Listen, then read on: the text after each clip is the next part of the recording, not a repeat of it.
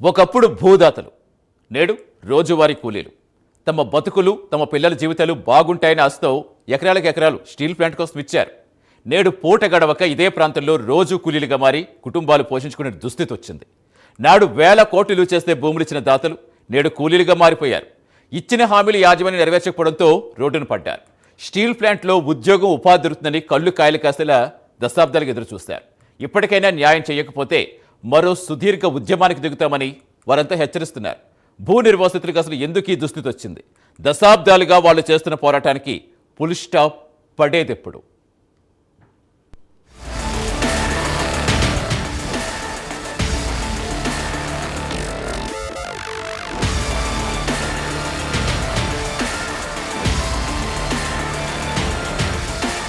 భూములిచ్చాం, నిర్వాసితులయ్యాం, ఉద్యోగాలు ఆశించాం, భంగపడ్డాం, వృత్తి వస్తుందనుకున్నాం, మోసపోయాం. ప్రైవేట్ చేస్తారంటే పోరాటాలు చేశాం.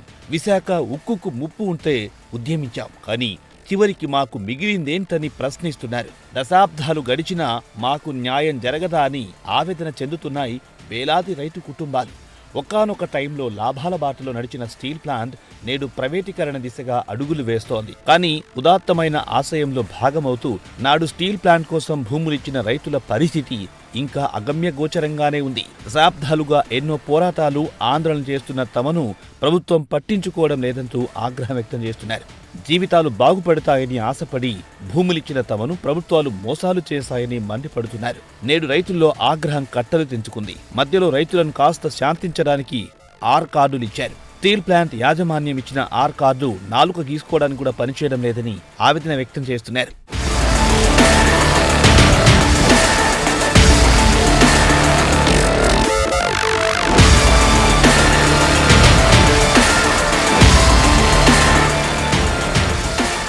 పంతొమ్మిది 1970లో విశాఖ స్టీల్ ప్లాంట్ కోసం దాదాపు 16,000 మంది రైతులు తమ సారవంతమైన భూములనిచ్చారు. ఎకరాకు 1,200 రూపాయల చొప్పున వైజాగ్ స్టీల్ ప్లాంట్ స్థాపన కోసం తమ భూమిని ప్రభుత్వానికి చేశారు. 64 గ్రామాల ప్రజల నుంచి 23,000 ఎకరాల భూమిని తీసుకున్న అప్పటి ప్రభుత్వం వైజాగ్ స్టీల్ ప్లాంట్లో అర్హులైన వారి కుటుంబ సభ్యులకు శాశ్వత ఉద్యోగాలు కల్పిస్తామని హామీ ఇచ్చింది. దీని ప్రకారం స్టీల్ ప్లాంట్లో రైతు కుటుంబ సభ్యులకు 8,000 మందికి ఉద్యోగాలు కల్పించారు. కానీ మరో 8,000 మందికి స్టీల్ ప్లాంట్లో ఉద్యోగాలు రాలేదు. దీనిపై దశాబ్దాల తరబడి ఉద్యోగాల కోసం, హక్కుల కోసం నిర్వాసితులు పోరాటాలు, ఆందోళన చేస్తున్నారు. కానీ న్యాయం జరగలేదు. విశాఖ ఉక్కు కర్మాగారం ఏర్పాటుతో రాష్ట్ర అభివృద్ధికి పాటుపడాలనే సదుద్దేశంతో రైతులు తమ భూములను గిట్టుబాటు ధరకిచ్చారు. చివరికి రోడ్డున పడ్డారు.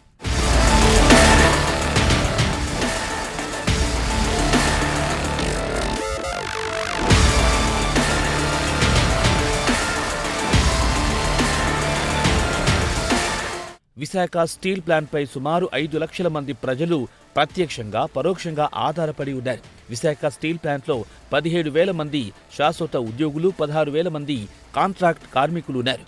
7.3 మిలియన్ టన్నుల సామర్థ్యంతో విశాఖ స్టీల్ ప్లాంట్ నడుస్తోంది.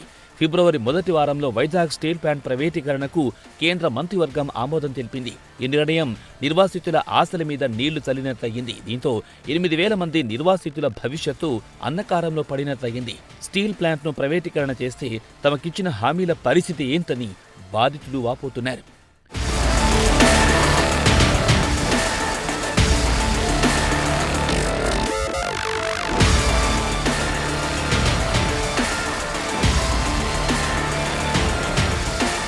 ప్రైవేటీకరణ అంశం తెరపైకి రావడంతో భూ నిర్వాసితులు పలు డిమాండ్లను ప్రభుత్వం ముందుంచారు. ఇప్పటికైనా ప్రభుత్వం తమను ఆదుకోవాలంటున్నారు. స్టీల్ ప్లాంట్ ప్రైవేటీకరణ ఆపాలని డిమాండ్ చేస్తున్నారు. అంతేకాకుండా స్టీల్ ప్లాంట్కు సొంత గనులను కేటాయించాలంటున్నారు.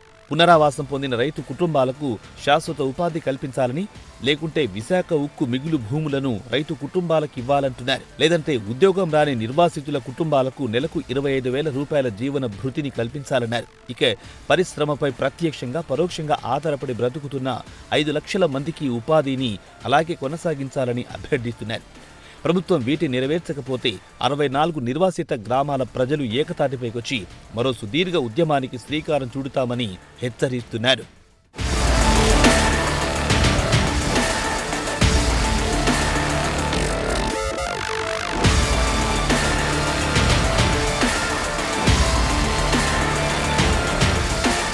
దశాబ్దాలుగా ఆందోళన చేస్తున్న నిర్వాసితుల్లో ఇప్పుడు సహనం నశించింది, ఆగ్రహం కట్టలు తెంచుకుంది. అందుకే మరో సుదీర్ఘ పోరాటానికి తెరలేపారు. ఈ పోరాటానికి ప్రైమ్ లైన్ ఛానల్ అండగా నిలబడింది. రైతుల బాధను ప్రభుత్వానికి తెలిపేందుకు తమ వంతు ప్రయత్నం చేస్తోంది. ఇప్పటికైనా భూ నిర్వాసితుల బాధలను అర్థం చేసుకుని ప్రభుత్వం ఆదుకుంటుందా, లేక చూసి చూడనట్లుగా వదిలేస్తుందో తెలియాల్సి ఉంది.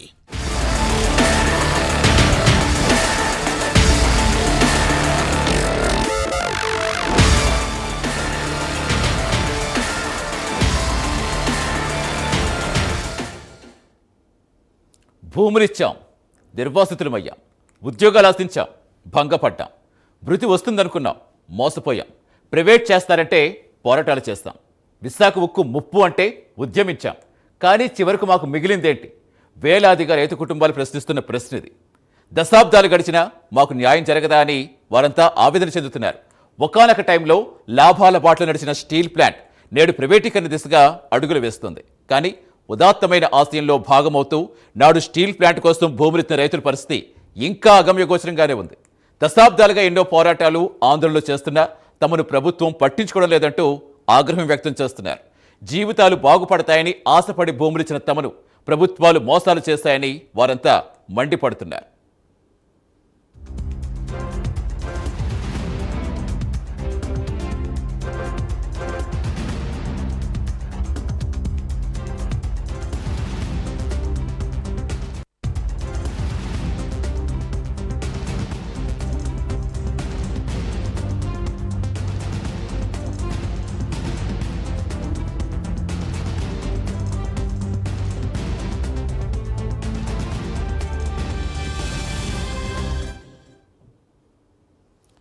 ప్రస్తుతం విశాఖ స్టీల్ ప్లాంట్కు భూములిచ్చిన రైతుల అగమ్య గోచర పరిస్థితి గురించి మనం విన్నాం. అసలు బాధితులు ఏమంటున్నారు, బాధితుల ఆవేదన గురించి పూర్తిగా ఇచ్చేందుకు మా deputy input editor Vasu join అవుతున్నారు.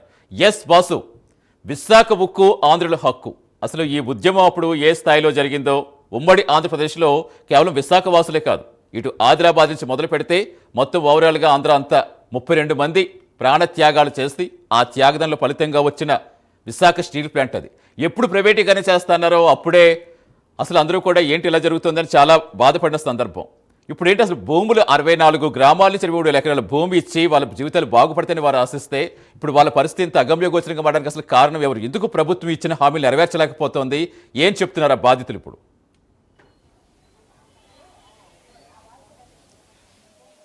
సతీష్, సమస్య ఎక్కడుంటే ప్రైమ్ లైన్ అక్కడ ఉంటుంది. ఈసారి స్టీల్ ప్లాంట్ ఏర్పాటుకి ప్రధాన కారణం ఏంటంటే వాళ్ళందరూ కూడా కాస్త తక్కువ ధరకే భూములు ఇచ్చేసారు. వాళ్ళందరికీ కూడా ఉద్యోగం ఇస్తాం, ఉపాధి చూపిస్తాం, అలా విధంగా వాళ్ళు ఇబ్బంది పడకుండా చేస్తామని హామీలు ఇవ్వడం జరిగింది. అప్పుడు యాజమాన్యం అవ్వచ్చు, ప్రభుత్వాలు అవ్వచ్చు. కానీ దశాబ్దాలు మారుతున్నప్పుడు కూడా ఆ నిర్వాసితులుగా ఉండిపోయారు.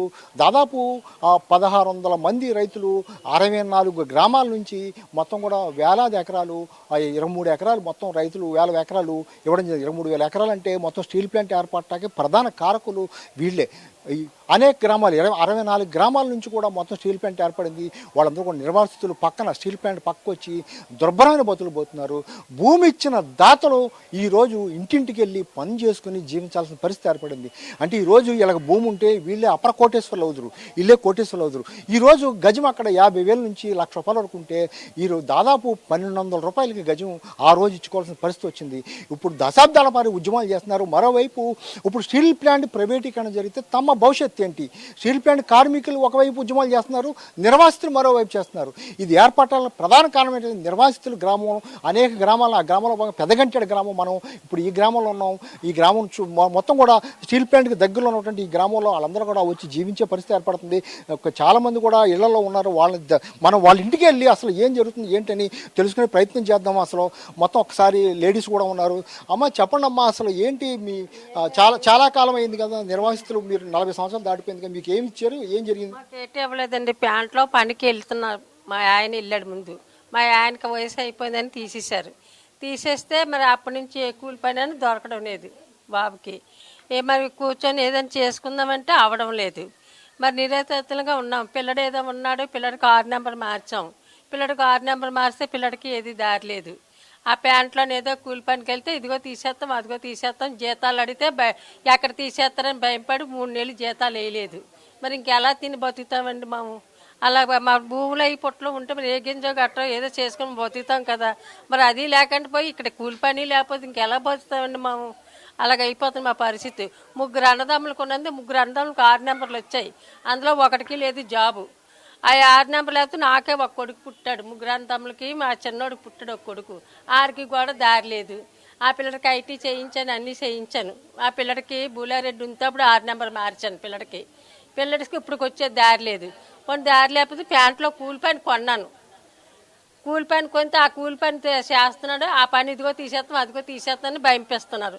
జీతాలు అడిగితే ఎక్కడ తీసేస్తారని భయపడి జీతాలు అడగడం లేదు. ఇప్పుడు 3 నెలలు జీతాలు పెట్టుకొని ఉన్నారు. పిల్లలతోటి ఎలా బతుకుతామండి? చిన్నపిల్లలతోటి పిల్లలు చదివించుకునేందుకు ఫీజులు కట్టకపోతే ఆపేస్తున్నారు టీచర్లు. మరి ఏం చేస్తారు? ఇప్పుడు పిల్లలు ప్రైవేట్ పంపించకుండా జీతాలు వేయక పిల్లలు ఉంచేసింది పిల్లల్ని. మరి ఏం చేస్తాం? అలా బతుకుతున్నాము. కూలి లేకుండా గుడ్డ లేకుండా రోడ్లు పడి ఉన్నట్టు ఉంటున్నాము. ధర్నా అంటున్నారు, ఇదిగా అంటున్నారు, పరిగెడుతున్నారు, వెళ్తున్నాము వస్తున్నాము. అది ఏది న్యాయం చేయలేదు మాకు. అది మా పరిస్థితి అలాగ ఉన్నది. ఉన్నందుకు ఇల్లు అయితే కొంప ఉన్నది. ఆ కొంప కూడా అప్పుడు ఏదో తగలోని కట్టుకున్నాము, కొంపలు కూడా పడిపోతాయి. మా ఇల్లు అంతా పడిపోయిందండి. బయటకు వెళ్ళి డూబుగా కనిపిస్తుంది ఇల్లు. ఇల్లు కూడా పడిపోయింది నోపట. అలాగే బయటకు వెళ్ళా కనిపిస్తుంది. అదే మామూలు ఉన్నట్టయితే ఏ ఇల్లు ఏ కొంప బాగా చేసుకుంటాం కదండి. మరి డబ్బు లేక కదా కొంపలో అలా పడి ఉంటున్నాం. అలా చేసి అలాగ ఉన్నాం మేము. నిజంగా మా పరిస్థితి అలాగ ఉన్నదండి ఇప్పుడు. అంటే మీరు భూములు ఇచ్చినప్పుడు మీ ఆయన గారికి న్యాయం జరగలేదు, మీకు పుట్టిన పిల్లలకి జరగట్లేదు, వాళ్ళకి పుట్టిన పిల్లలకి జరగలేదు, అవులకి జరగలేదండి. మరి ఇలాగ ఉన్నది మా పరిస్థితి. పిల్లలు చూస్తే స్కూల్లో వేసాం. పిల్లలు స్కూల్కి వెళ్తే ఫీజులు కట్టలేదని మీరు డబ్బులు ఇచ్చినాడు రండి అని పంపించేస్తున్నారు టీచర్లు. మరి అలాగే ఉంచేసాం పిల్లల్ని. మరి ఏం చేస్తాం? మరి అక్కడ జీతాలు వేయలేదు. ఆ కూలి పనికి వెళ్తే ఆ జీతం వేయలేదు. ఇంకెక్కడ మేము కట్టగలము? ముక్కుల్లో చెవులో ఉంటే మన నాన్నగారు బాగోపోతే శివగిరి హాస్పిటల్ జాయిన్ చేస్తే అలా 40,000 అయ్యాయి. మరి ఏం చేస్తాం? నేను ముసలో నొగ్గేస్తామా? డబ్బు గురించి చూసుకుందాం. ఏ సొప్ప చేసి ఏ ఇంటి మీద ఒకరి మీద తెచ్చుకొని మరి మనుషుని బాగా చేసుకోవాలి కదా. మరి అలా బాగా చేసుకున్నాం ముసలోని. అలా చేసి అలా పరిస్థితి మాకు అలాగ ఉన్నదండి. ఇప్పుడు మాకు ఏదో న్యాయం చెయ్యండి. న్యాయం చేస్తేనే మా మీద బతకగలం. లేకపోతే మా భూములు మా పొట్టలు ఇచ్చేసినా పోనీ ఎలాగో బతుకుతాం. ఇంకంతే. మాకు అదే పరిస్థితి ఉన్నదండి మాకు. చాలా బాధపడిపోతున్నాం నిజంగా పిల్లలతోటి. ఉన్నోళ్ళు 2 ఉన్నారు, మళ్ళీ ఎక్కువ కాదు. 2 పిల్లలకే జరగకపోతే ఇంకెలా బతుకుతామండి చెప్పండి? అలాగున్నది మా లాయం. అది నాకు ఒంట్లో బాగోదండి. నాకు ఆస్మా ఉన్నది, ఆవేశం ఉన్నది. మొన్నే అంత వేసారు నాకు గుండెల్లోను. ఇంకెలాగే పరిస్థితుల్లో ఎలా బతుకుతామండి మాము చెప్పండి?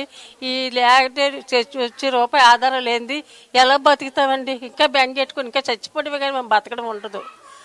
అలా పరిస్థితి ఉన్నది మాకు.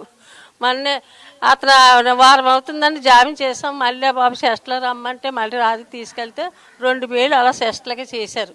మనకి ఎక్కడ తెచ్చి మనం చేసుకోగలం చండి? కూలి పని వాళ్ళవి ఎక్కడ చేసుకుంటాం? కూలి పని వాళ్ళవి. సతీష్ వీళ్ళు దాదాపు ఎకరాలు ఇచ్చి ఆవిడ కన్నీటి పర్యంతం అవుతుంది. ఆరోగ్యం బాగోక, పిల్ల ఆరోగ్యం బాగోక, ఇలాగ చాలామంది కూడా మహిళలు ఉన్నారు.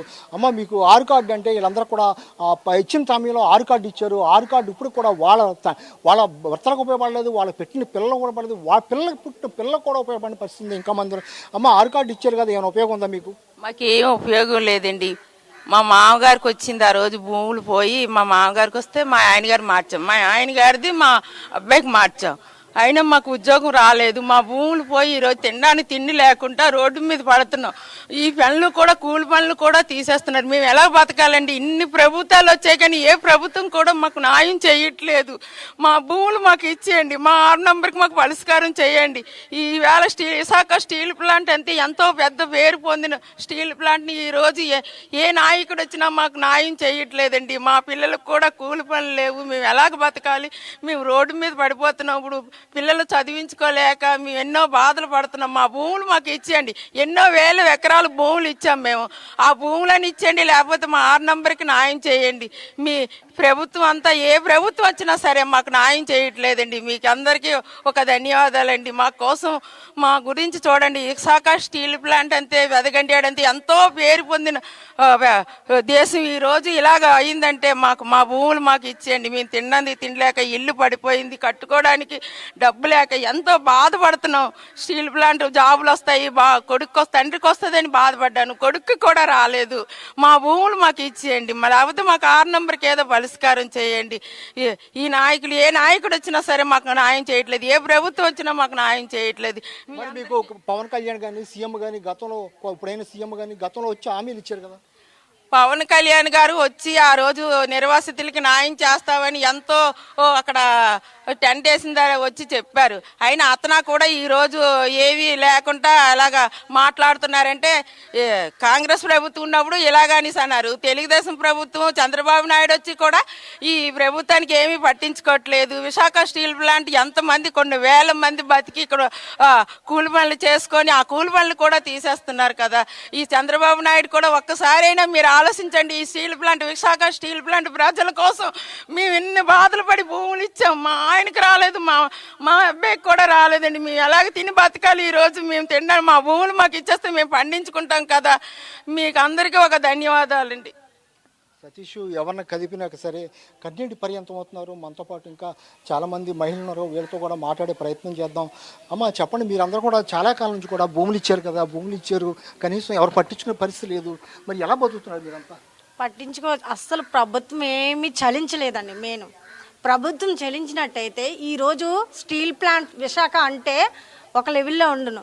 అదేమీ లేదు, పట్టించుకోలేదు అస్సలు. ప్రభుత్వం వచ్చింది కానీ వచ్చినవాడు వచ్చినట్టు చేసుకొని వెళ్ళిపోతున్నాడు. వాడు 5 సంవత్సరాలు సరిపోయినట్టు చూసుకుంటున్నారు. మా హామీలు ఇచ్చుకొని అన్ని చేసుకుంటున్నారు. కానీ ఏమి కనీసం అయ్యో వీళ్ళు విశాఖ స్టీల్ ప్లాంట్ పోయింది కదా, వీళ్ళు బాధపడుతున్నారే, వచ్చిన వాడల్లా స్టీల్ ప్లాంట్ అవి చేసేస్తాను, ఇది చేసేస్తాను, శాలరీస్ వస్తాయి, పిల్లలు ఏదో భవిష్యత్తు బాగుంటుంది అనుకుంటే అది కూడా లేదు. ముసలి వాళ్ళు మేము మా ఆయన ఒక్కలే ఉన్నారు, అతను చేస్తున్నారు. కాకపోతే శాలరీస్ కూడా సరిగ్గా పడడం లేదు. మా అత్తగారు మామూలు కూలి పనే, ఎంప్లాయ్ ఏం కాదు. మీరు లక్షల రూపాయలు ఇల్లు చేస్తే భూములు ఇచ్చి ఈ రోజు కూలి పని తీసుకోవాల్సి వస్తుంది. మరి ఆ కూలి పనే అవకాశం ఉంది, ఇంకేం లేదు కదా. మరి దానికే వెళ్తున్నారు. కానీ దాని కూడా శాలరీస్ లేవు. పిల్లలకు బాగోపోయినా ముసలి వాళ్ళు, మా అత్తయ్య గారు 2 నెలలు హాస్పిటల్ తీసుకెళ్ళాక చనిపోయారు. ఎందుకంటే మా దగ్గర డబ్బు లేదు, డబ్బు లేక మేము చంపేసుకున్నాం. అది స్టీల్ ప్లాంట్ ఇంత దరిద్రంగా తయారైంది. కనీసం నిర్వాహకులు ఇలాగ అయిపోతున్నారు కదా అని పట్టించుకున్న ప్రభుత్వం కూడా లేదు. అందులోనూ కూడా ప్రభుత్వం ఫెయిల్ అయిపోయింది. ఎందుకండి మాకు ల్యాండ్ ఇచ్చాము, ఆ ల్యాండ్ కాగా మా ల్యాండ్ మాకు ఇచ్చేసేయాలి. లేకపోతే మాకు ఏదో పరిష్కారం కూడా చూపిస్తే మంచిది. ఇదే విధంగా అంటే తల్లి పిల్లలు చనిపోవడం తప్ప ఇంకేం పరిష్కారం లేదండి. ఇంకా అసలు చాలా దీన స్థితిలో ఉన్నాం మేమైతే మాత్రం. ఎవరు పట్టించుకునే లేదు. పిల్లలకు తిండి లేదు. ఇక పిల్లలకు జ్వరం వచ్చి 1 రోజులు అవుతుంది. హాస్పిటల్ చూపించడానికి కూడా మా దగ్గర డబ్బు లేదు. డబ్బు లేక అలా ఉంచుకున్న ఏదో ఒక 20 రూపాయలు పట్టుకెళ్ళి ట్యాబ్లెట్ వేయడం, అలా ఉండడం అంతే మాత్రమే చేస్తున్నాం. స్కూల్లో కూడా మేము చేర్పించలేక గవర్నమెంట్ స్కూల్లో ఇంకా ఉండాలి కదా, అందుకనేసి ఇలా ఇంటికాడే ఉంచేసుకున్నాం. మరి కట్టలేకపోతున్నాం పిల్లలకి, ఆ విధంగా ఉంటున్నాం. ఈ స్టీల్ ప్లాంట్ వల్ల దయచేసి మాకు ఏదో పరిష్కారం చూపిస్తే చాలా మంచిది. ఇలాగైతే చాలా చనిపోవడం తప్ప ఇంకేం లేదు. సతీష్ మనం చూడొచ్చు, పక్కన ఉంది పాప అనారోగ్యం పోలే, కనీసం హాస్పిటల్ చూపించుకోలేక ఇబ్బంది పడుతుందని ఆ తల్లి చెప్తుందమ్మా. ఏం చదువుతున్నావు నువ్వు? 8th. ఇంట్లో బాగాలేదా? ఎప్పటి నుంచి? వారం అయిపోతుంది. చూడు, నెల రోజు నుంచి కూడా, వారం 10 రోజుల నుంచి కూడా జ్వరం వచ్చినా కనీసం చూపించుకోలేని పరిస్థితులు, దుర్భర పరిస్థితులు ఉన్నారు. అమ్మ మీరేమంటారమ్మా? ఇంటి 6 నెంబర్ ఉన్నదని మా అమ్మ నాన్న ఎదుగు 6 నెంబర్ ఉన్నది, జాబ్ వస్తుంది, పెళ్లి చేసుకుంటే కొంచెం ఫ్యూచర్ బాగుంటుంది, మా పిల్లలైనా ఉద్యోగస్తులకు ఇచ్చుకునేపోయాం కదా, రేపు పొద్దున ఏదైనా వస్తుందని చేశారు. మాకు పెళ్ళి 15 సంవత్సరాలు అవుతుంది. మా మామగారు చూస్తే ఇలా పెళ్ళయింది 60 సంవత్సరాలు అయిపోయింది, తీసి పారేసి పక్కన ఎట్టేశారు. ఇప్పుడు వాళ్ళని పోషించాలి, మేము పోషించుకోవాలి. మా పిల్లలు 2 పిల్లలు ఉన్నారు. స్కూల్లో చదివించుకుందామని డబ్బులు లేక నేను ఎక్కడి నుంచి తెచ్చేయాలి, ఎక్కడి నుంచి తెచ్చుకోండి, ఎక్కడి నుంచి తీసుకొని వచ్చారంటే ఉన్ని ప్లాంట్ పని కూడా మాకు సరిగ్గా జీతాలు అవి వేయడం లేదు, బత్తాలు లేకుండా ఉన్నాం. పిల్లలు తిండి ఇదని కొనమ్మా అందరికి డబ్బులు లేవని అనుకుంటుంది. ఆ గంజి నీళ్ళనే తాగుదామంటే ఇన్నాళ్ళ పిల్లలకి కాదు కదా. పిల్లలు చదివించుకుందాం, మా చదువులు ఎలాగ ఏడుస్తున్నాయి, వాళ్ళకైనా భవిష్యత్తు బాగుంటుంది, మీద మంచి ప్రైవేట్ స్కూల్లో వేసుకుంటే మంచి ఉద్యోగాలు వస్తాయి, మాకు ఆ ఉద్యోగాలు అవి లేవు, మేము ఎలాగ కూలి పని చేసుకో ఏ ఇంటి పని పాస్ పనికి వెళ్ళవలసి వస్తుంది, వాళ్ళకి అలా కాదు, మాకన్నా మంచి భవిష్యత్తు ఉంటుంది, ఆ 6 నెంబర్ ఏదో వస్తే ఉద్యోగం వస్తే మా పిల్లలు మంచి భవిష్యత్తు ఉంటుందని కానీ కళ్ళు కనుక్కొని ఇక్కడికి వచ్చి ఈ ఉద్యోగాలు లేవు, సద్యోగాలు లేవు, రోడ్డు మీద ఉన్నాం. ఒక కరెంటు బిల్లు కట్టుకోవాలంటే అన్ని పెంచేశాడు, ధరలు పెంచేశాడు. ఎన్నాళ్ళు 5,000తో ఇంటి పెద్దగా అయిపోయింది, ఇప్పుడు 20,000 తెచ్చుకున్నా ఇంటి తినడానికి అవ్వడం లేదు. రేపు పొద్దున అరుగు తీస్తే అప్పుకి వెళ్ళాలి, అప్పు చేస్తే ఇంట్లో బాగోపోతే అప్పులకి వెళ్ళాల్సి వస్తుంది ఊరి మీదకి. ఎవడి చేస్తారు, ఎన్నెళ్ళు ఇచ్చేస్తాడు అప్పు? ఇంట్లో ఉండివన్నీ అమ్ముకొని తింటున్నాం, బంగారం లేదు బాగా కొనుక్కునివేనా వండుకోలేకపోతున్నాం, అన్నీ అమ్ముకొని తినవలసి వస్తుంది. ఇంకా బతుకుంటే ఇంకేం లేదు, ఇల్లు కట్టుకోలేక కూలిపోయి కారిపోతుంది. పేరుకే ఏదో అప్పుడు ఇచ్చిన డబ్బులతో ఏదో వాళ్ళు ఏదో నిలబెట్టారని బతుకు దాన్ని కట్టుకోవడానికి కూడా అవకాశం లేదు. ఇల్లులో కారిపోతున్నాయి. అలా వర్షం వచ్చి ఏదో డొక్కులు పెట్టుకొని కూర్చొని తింటున్నాం. ఏదో పిల్లలు ఏదో ఉండడానికి అద్దెలు కట్టుకోలేక ఎక్కడికి వెళ్ళలేక ఉన్నిళ్ళు వదులుకోలేము, అక్కడైతే అద్దెలు కట్టుకోలేకపోతున్నాం. జీతాలు లేవు, జీతాలు అయితే 1 నెల రాకపోతే వచ్చే నెల ఏమైనా కట్టుకోవాలంటే అప్పు. ఎవడిచ్చేస్తాడు అప్పులు? ఏమైనా ఉంటే ఉన్న ఆధారాన్ని బట్టి ఇస్తాడు. ఒక అప్పుడు ఇవ్వలేకపోతారు, ఒక చేయలేకపోతున్నారు. ప్రభుత్వం చూస్తే మేము అది చేస్తాం ఇది చేస్తాం అందరూ హామీలు ఇచ్చేస్తున్నారు బాగానే. పోన్లే జగన్నాథ్ రెడ్డి సీఎం జగన్ ఉండేటప్పుడు ఏమంచి చేసేస్తాం చెంతామని ధర్నాలు అవి చేశారు. అప్పుడు వచ్చి మేము చేస్తాం మేము చెంతామని 10 సంవత్సరాలు అందరూ నిలబెట్టి మా వాళ్ళే కదా అందరూ మా దగ్గర ఉన్నారు అన్ని చేస్తారని వీళ్ళు చేస్తే చంద్రబాబు నాయుడు గారు కూడా ఏమీ చేయలేకపోతారు. ఇప్పుడు అందరూ చేతులు ఎట్టేస్తే మేము ఎవరికి వెళ్ళాలి, ఇంకెక్కడికి తిరగాలి? మేము ఎందుకు నాయకులే మాకు న్యాయం చేయకపోతే ఇంకెవరు న్యాయం చేస్తారు? మాకు స్టీల్ ప్లాంట్ పేరుకే పెద్ద వైజాగ్ అందరికీ స్టీల్ ప్లాంట్ పెద్ద పేరు. ఎవరైనా అడిగితే వైజాగ్ అంటే ముందు గుర్తొచ్చే స్టీల్ ప్లాంట్. అలాంటి స్టీల్ ప్లాంట్ అప్పుల్లో ఉందంటే ఎవరు నమ్ముతారు? ఇంత జీతం అంత అండగొట్టి ఇది ఎందుకు అప్పుల్లో ఉన్నది? ఎంతమంది ఉద్యోగాలు లేకుండా రోడ్డు మీద బతకాల్సి వచ్చిన పరిస్థితి ఎందుకు వచ్చింది? ఏం చేస్తుంది ప్రభుత్వం మా అందరి ప్రజలందరికీ? ఏ న్యాయం చేస్తున్నారు? మా పిల్లలు నేను తినడానికి లేక గతి లేకుండా ఉన్నాం. ఈరోజు మేము ప్రజలం కాదా? మేము వైజాగ్లో లేమా? లేకపోతే ఆంధ్రప్రదేశ్లో మాకు హక్కు లేదా? ఏమి లేదని చెప్పేసి మాకు ఇక్కడ ఇలా ఉంచారు. మేము మొత్తం మనుషులం కాదా? మాకు ఓటాకు ఉందని మేము ఓటాకు ఉన్నప్పుడే మేము గుర్తొస్తున్నామా ప్రజలమి?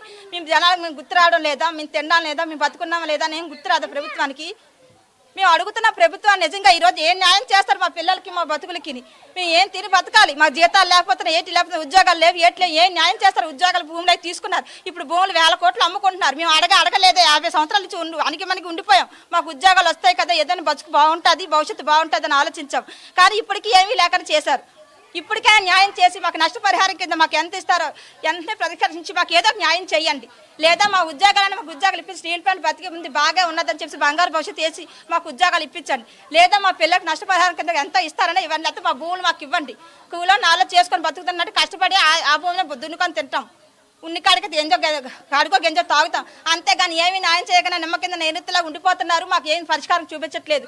ఏదైనా సరే ప్రభుత్వం మాకు న్యాయం చేస్తేనే ఈరోజు బాగుంటుంది. ప్రజలందరూ ఒకటే మాట మాట్లాడతాం, మాకు న్యాయం కావాలి, మాకు ఏదో ఒక పరిహారం ఇవ్వండి. మా పిల్లల భవిష్యత్తు మా భవిష్యత్తు ఇలాగ ఉంది. మా అత్తమామలు మాకు ఏదో పిల్లలు పోతే మా పిల్లల భవిష్యత్తు కూడా ఇలాగ ఉంటే మేము ఇంకేం పరిస్థితి ఏం బాగుపడతాం? మేము మా పిల్లల కోసమైనా మేము బతుకుతున్నాం. మా అలా కాకుండా మాకు ఉద్యోగాలు లేవు. మా ఆయనకి ఇప్పటికి ఎన్ని సంవత్సరాలు రాశాడు ఉద్యోగం, మా పెళ్ళైన దగ్గర నుంచి రాసాడు అయిపోయింది. ఇప్పుడు ఆపేశాడు. ఇప్పుడు ఉద్యోగం లేదు, ఏటీ లేదు, కూలి పని లేదు, ఆ కూలి పనికి కూడా జీతాలు లేవు. ఇప్పుడు పిల్లలకి ఏమైనా కొందామన్నా రూపాయి ఇవ్వడానికి ఆలోచించవలసి వస్తుంది. ఎక్కడి నుంచి తెచ్చుకోవచ్చు అప్పుల్ని? మాకు మీరే న్యాయం చేసి చూపండి. ఎవరిని కదిపినా సరే ఇదే ఆవేదన, ఇదే ఆక్రందన. అమ్మ మీరు ధర్నాలు చేస్తున్నారు చాలా సంవత్సరాలు బట్టి కూడా, మరి ప్రభుత్వాలు ఏం పట్టించుకోవట్లేదా? లేదండి, పట్టించుకోలేదండి. మా ఆయనకి అప్పుడు 2 సార్లు 30 సంవత్సరాల కిందట 2 సార్లు కాల్ లెటర్ వచ్చిందండి. కాల్ లెటర్ వస్తే 2 సంవత్సరాలు మిస్ అయిపోయిందండి. మిస్ అయిపోయింది. అప్పటి నుంచి ఇప్పుడు 60 సంవత్సరాలు దాటిపోయింది మా ఆయనకి, కానీ ఇంకేటి చూపించలేదండి. కూలి పని కూడా లేదండి ప్యాంట్లో మాకు. అయితే ఎక్కడో బాగా వయసు ఉన్న వాళ్ళు ఎక్కడో కూలి పని అది అక్కడెక్కడ చేసేవాడండి. ఇప్పుడు అది లేదు, అతనికి వయసు అయిపోయింది, వెళ్ళలేకపోతుండ. మాకు బాబు ఉన్నాడు, ఆ బాబుకి కూడా 6 నెంబర్ మీద ట్రాన్స్ఫర్ కూడా చేయలేదు. ఎందుకంటే పిల్లడు కొద్దిగా చదువు తక్కువ ఉంది. అమ్మ నీకు చదువు తక్కువ ఉంది 6 నెంబర్ మారదంటున్నారు అని లెక్కల్లోనూ మాట్లాడుతుండు బాబు. ఇప్పుడు 6 నెంబర్ అలాగే ఉందండి. ఆ 6 నెంబర్కి ఏదో ఇస్తే ఇవ్వండి, లేదంటే మా పిల్ల తల్లి సముద్రంలో తీసుకెళ్ళి వడిసేయండి. పర్లా చచ్చిపోతాం. ఇప్పుడు ఇక్కడ ఉండి మాకు ఇల్లు ఇచ్చి లాభేటండి. ఇల్లు ఇచ్చినా సరే కానీ ఇంట్లో ఇల్లు కానీ బొవ్వ పెడుతుందా? మాకు ఏంటి ఇల్లు బొవ్వ పెట్టదు. అందుకని ఏదైనా స్టీల్ ప్లాంట్ తాలికూలి మాకు ఏదైనా పెడితే పెట్టండి మా భూములు తీసుకున్నందుకు. లేదంటే మా పిల్ల తల్లిని తీసుకెళ్ళి చంపేయండి. పోనీ కూలి పని కూడా లేదు మాకు. ఆ 6 నెంబర్కి కూలి పని కూడా లేదు. మరి మీరు ఏం చేస్తారో మీ ఆలు చెయ్యాలండి, మాకు తెలియదండి. సారీ అండి. చాలా మంది కూడా మహిళలు ఇదే ఆవేదన వ్యక్తం చేసే పరిస్థితి కనిపిస్తుంది. చాలా మంది కూడా అమ్మ మీరు ఉన్నారు కదా అమ్మ, నువ్వేమంటావు అమ్మ? నువ్వు కూడా ఆర్ కార్డు ఉందా? నీకు ఆర్ కార్డు ఉందా? ఆర్ కార్డు మరి ఏంటి, ఏం ఉపయోగం ఆర్ కార్డు వల్ల? ఏముంది, మాకు ఏడడం తప్ప ఇంకేం చేసింది ఏం లేదు కదండి. ఏదో ఆర్ కార్డులు ఉన్నాయనేసి ఏదో ముసలి ఆ రోజుల్లో నమ్మించి పెళ్ళిళ్ళు చేశారు. ఇప్పుడు మా ఇంటికి మా ముసలోడు కార్లెంబరు, ఆ ముసలోడు లేడు, చనిపోయాడు. కొడుకు రాశాడు, కొడుకు చనిపోయాడు. మనవడు రాశారు, మనవడు కూడా వయసు అయిపోతుంది. ఇంకే ఆర్లెంబర్ మాకు దేనికి ఉపయోగపడుతుంది? అంటే తరాలు మారుతున్నా మీకు ఉపయోగపడలే. పడట్లేదు. ప్లస్ ఏంటంటే భర్త చనిపోయాడు, మామ చనిపోయాడు, అత్త చనిపోయింది. ఇప్పుడు ఆర్లెంబరం మీద ఆధారపడి ముగ్గురు ఉన్నాం, తల్లి ముగ్గురు ఉన్నాం. మరి దాని మీద ఉపయోగం లేదు కదా. మరి ఏదైనా మాకు ఆ భూమి అనేది ఉందనుకో, పిల్లడు నాగలు దువ్వినా మేము ఏ గంట కావడం పండించుకొని బతుకుతాం కదా. ఇప్పుడు మాకు ఏటి ఆస్కారం చెప్పు? మేము ఎవరిని ఆధారపడి బతకాలి ఇంట్లో మగదిక్కు లేనప్పుడు? మరి ఆర్లెంబర్ కన్నా న్యాయం చేసినా బాగుంటుంది కదా. ఇప్పుడు నా పిల్లడికి అని రాయిచ్చాం, పిల్లడికి లేదు, తండ్రికి లేదు, తాతకి లేదు. మరి ఆర్లెంబర్ ఎందుకు మాకు 4 గీసుకోవడానిక? పట్టుకెళ్ళిపోండి ఆర్లెంబరు. మాకు మా భూమి మాకు ఇచ్చి మీ ఆర్లెంబర్ మీరు పట్టేసుకెళ్ళిపోండి, మాకు ఎందుకు అనవసరం. ఇప్పుడు ఆ ఎదిగిన పిల్ల ఉంది, ఆ పిల్లకి 2 అక్షింతలు వేద్దామంటే ఎవరు వేస్తారు? తండ్రి ఉన్నాడా, తాత ఉన్నాడా, ఎవరున్నారు? ఆర్లెంబర్ చేస్తుందా? ఏంటి దానికి ఉపాయం ఏంటి? పిల్లల్ని చదివించాం, ఆర్లెంబర్ ఉంది, అమ్మ ఈ ఆర్లెంబర్ ఇది కాదంటే అది, అది కాదంటే ఇది, చదివిస్తే ఉద్యోగాలు వస్తాయి కదా అని పిల్లల్ని చదివించుకున్నాం. ఎందుకు ఉపాయం లేనిది?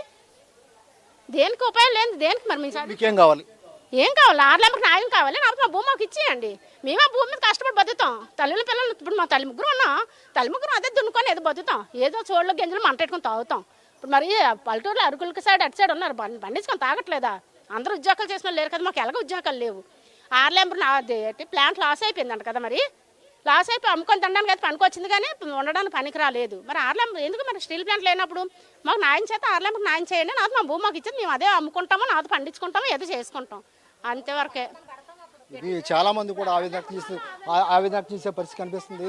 మనం ఇక్కడ గ్రామంలో ఉన్నాము, ఇంకా మంది చాలామంది కూడా ఇళ్ళలో వాళ్ళందరూ కూడా మనం వస్తున్నాం, ప్రైమ్లో వస్తున్నాను మనం చెప్పుకునేందుకు, వాళ్ళ సమస్య చెప్పుకునేందుకు గ్రామంలో కూడా చాలామంది వాళ్ళందరూ కూడా ఎదురు చూసే పరిస్థితి కనిపిస్తుంది. ఇంకా కూడా మహిళలు ఉన్నారు, చాలామంది కూడా ఈ ఇళ్లలో ఏదో వాళ్ళు ఏదో కట్టించుకుని వాళ్ళు బతుకుదాం అన్నారు. ఇక్కడికి వచ్చి వీళ్ళతో మాట్లాడదాం. అమ్మ ఏంటి ఏంటి మీ అమ్మగారు ఏంటి అలాగే ఉన్నారు? ఏంటి కళ్ళు కనపడవండి, చిన్నప్పటి నుంచి కనపడవు. ఏదో పెళ్లి చేసుకుని ఎలాగో చూస్తున్నాడు, అతను కూడా చనిపోయి, ఈ కూలిపోయిన కూడా రాక మా బతుకులు ఇలాగ అయిపోయి అతను కూడా అటాక్ వచ్చి అతను చచ్చిపోయాడు. మమ్మల్ని చూసిన వాళ్ళు ఎవరు లేరు.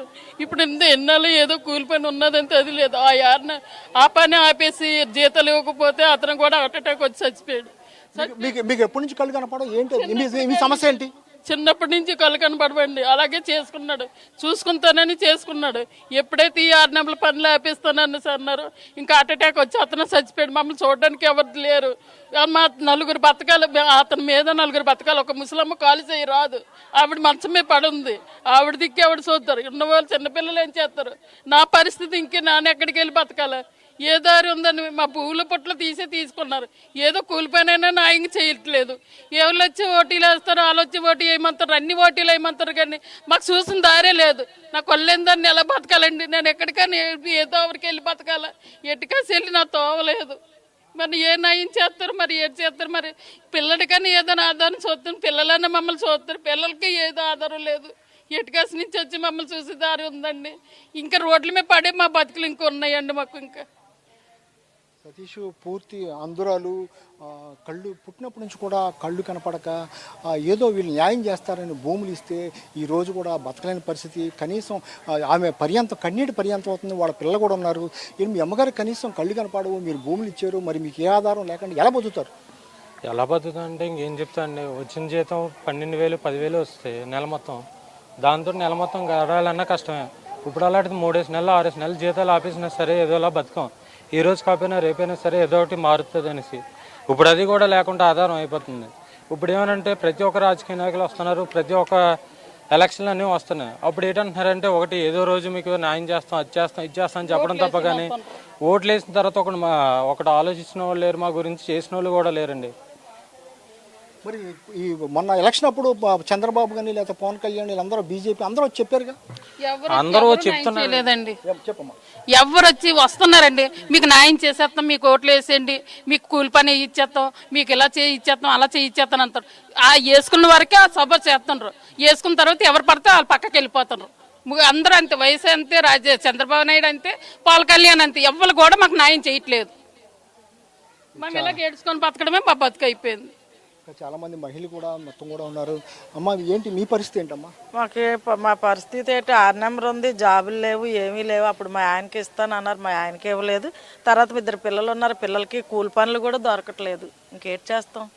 అలాగే ఏ కూలి పనికి వెళ్తే అక్కడ కూడా పనులు లేవు, ఏటి లేవు. మరి పెద్దోడికి పెళ్ళి అయింది, ఓ పాప ఉంది. మరి చిన్నోడికి ఇంకా పెళ్ళి అయింది, కానీ పెళ్లి సెటిల్మెంట్ అయిపోయింది. ఆ బాబుకి ఏటీ లేదు. ఎక్కడికి వెళ్ళా 10,000 15,000 వస్తాయి, ఏం సరిపోతాయండి?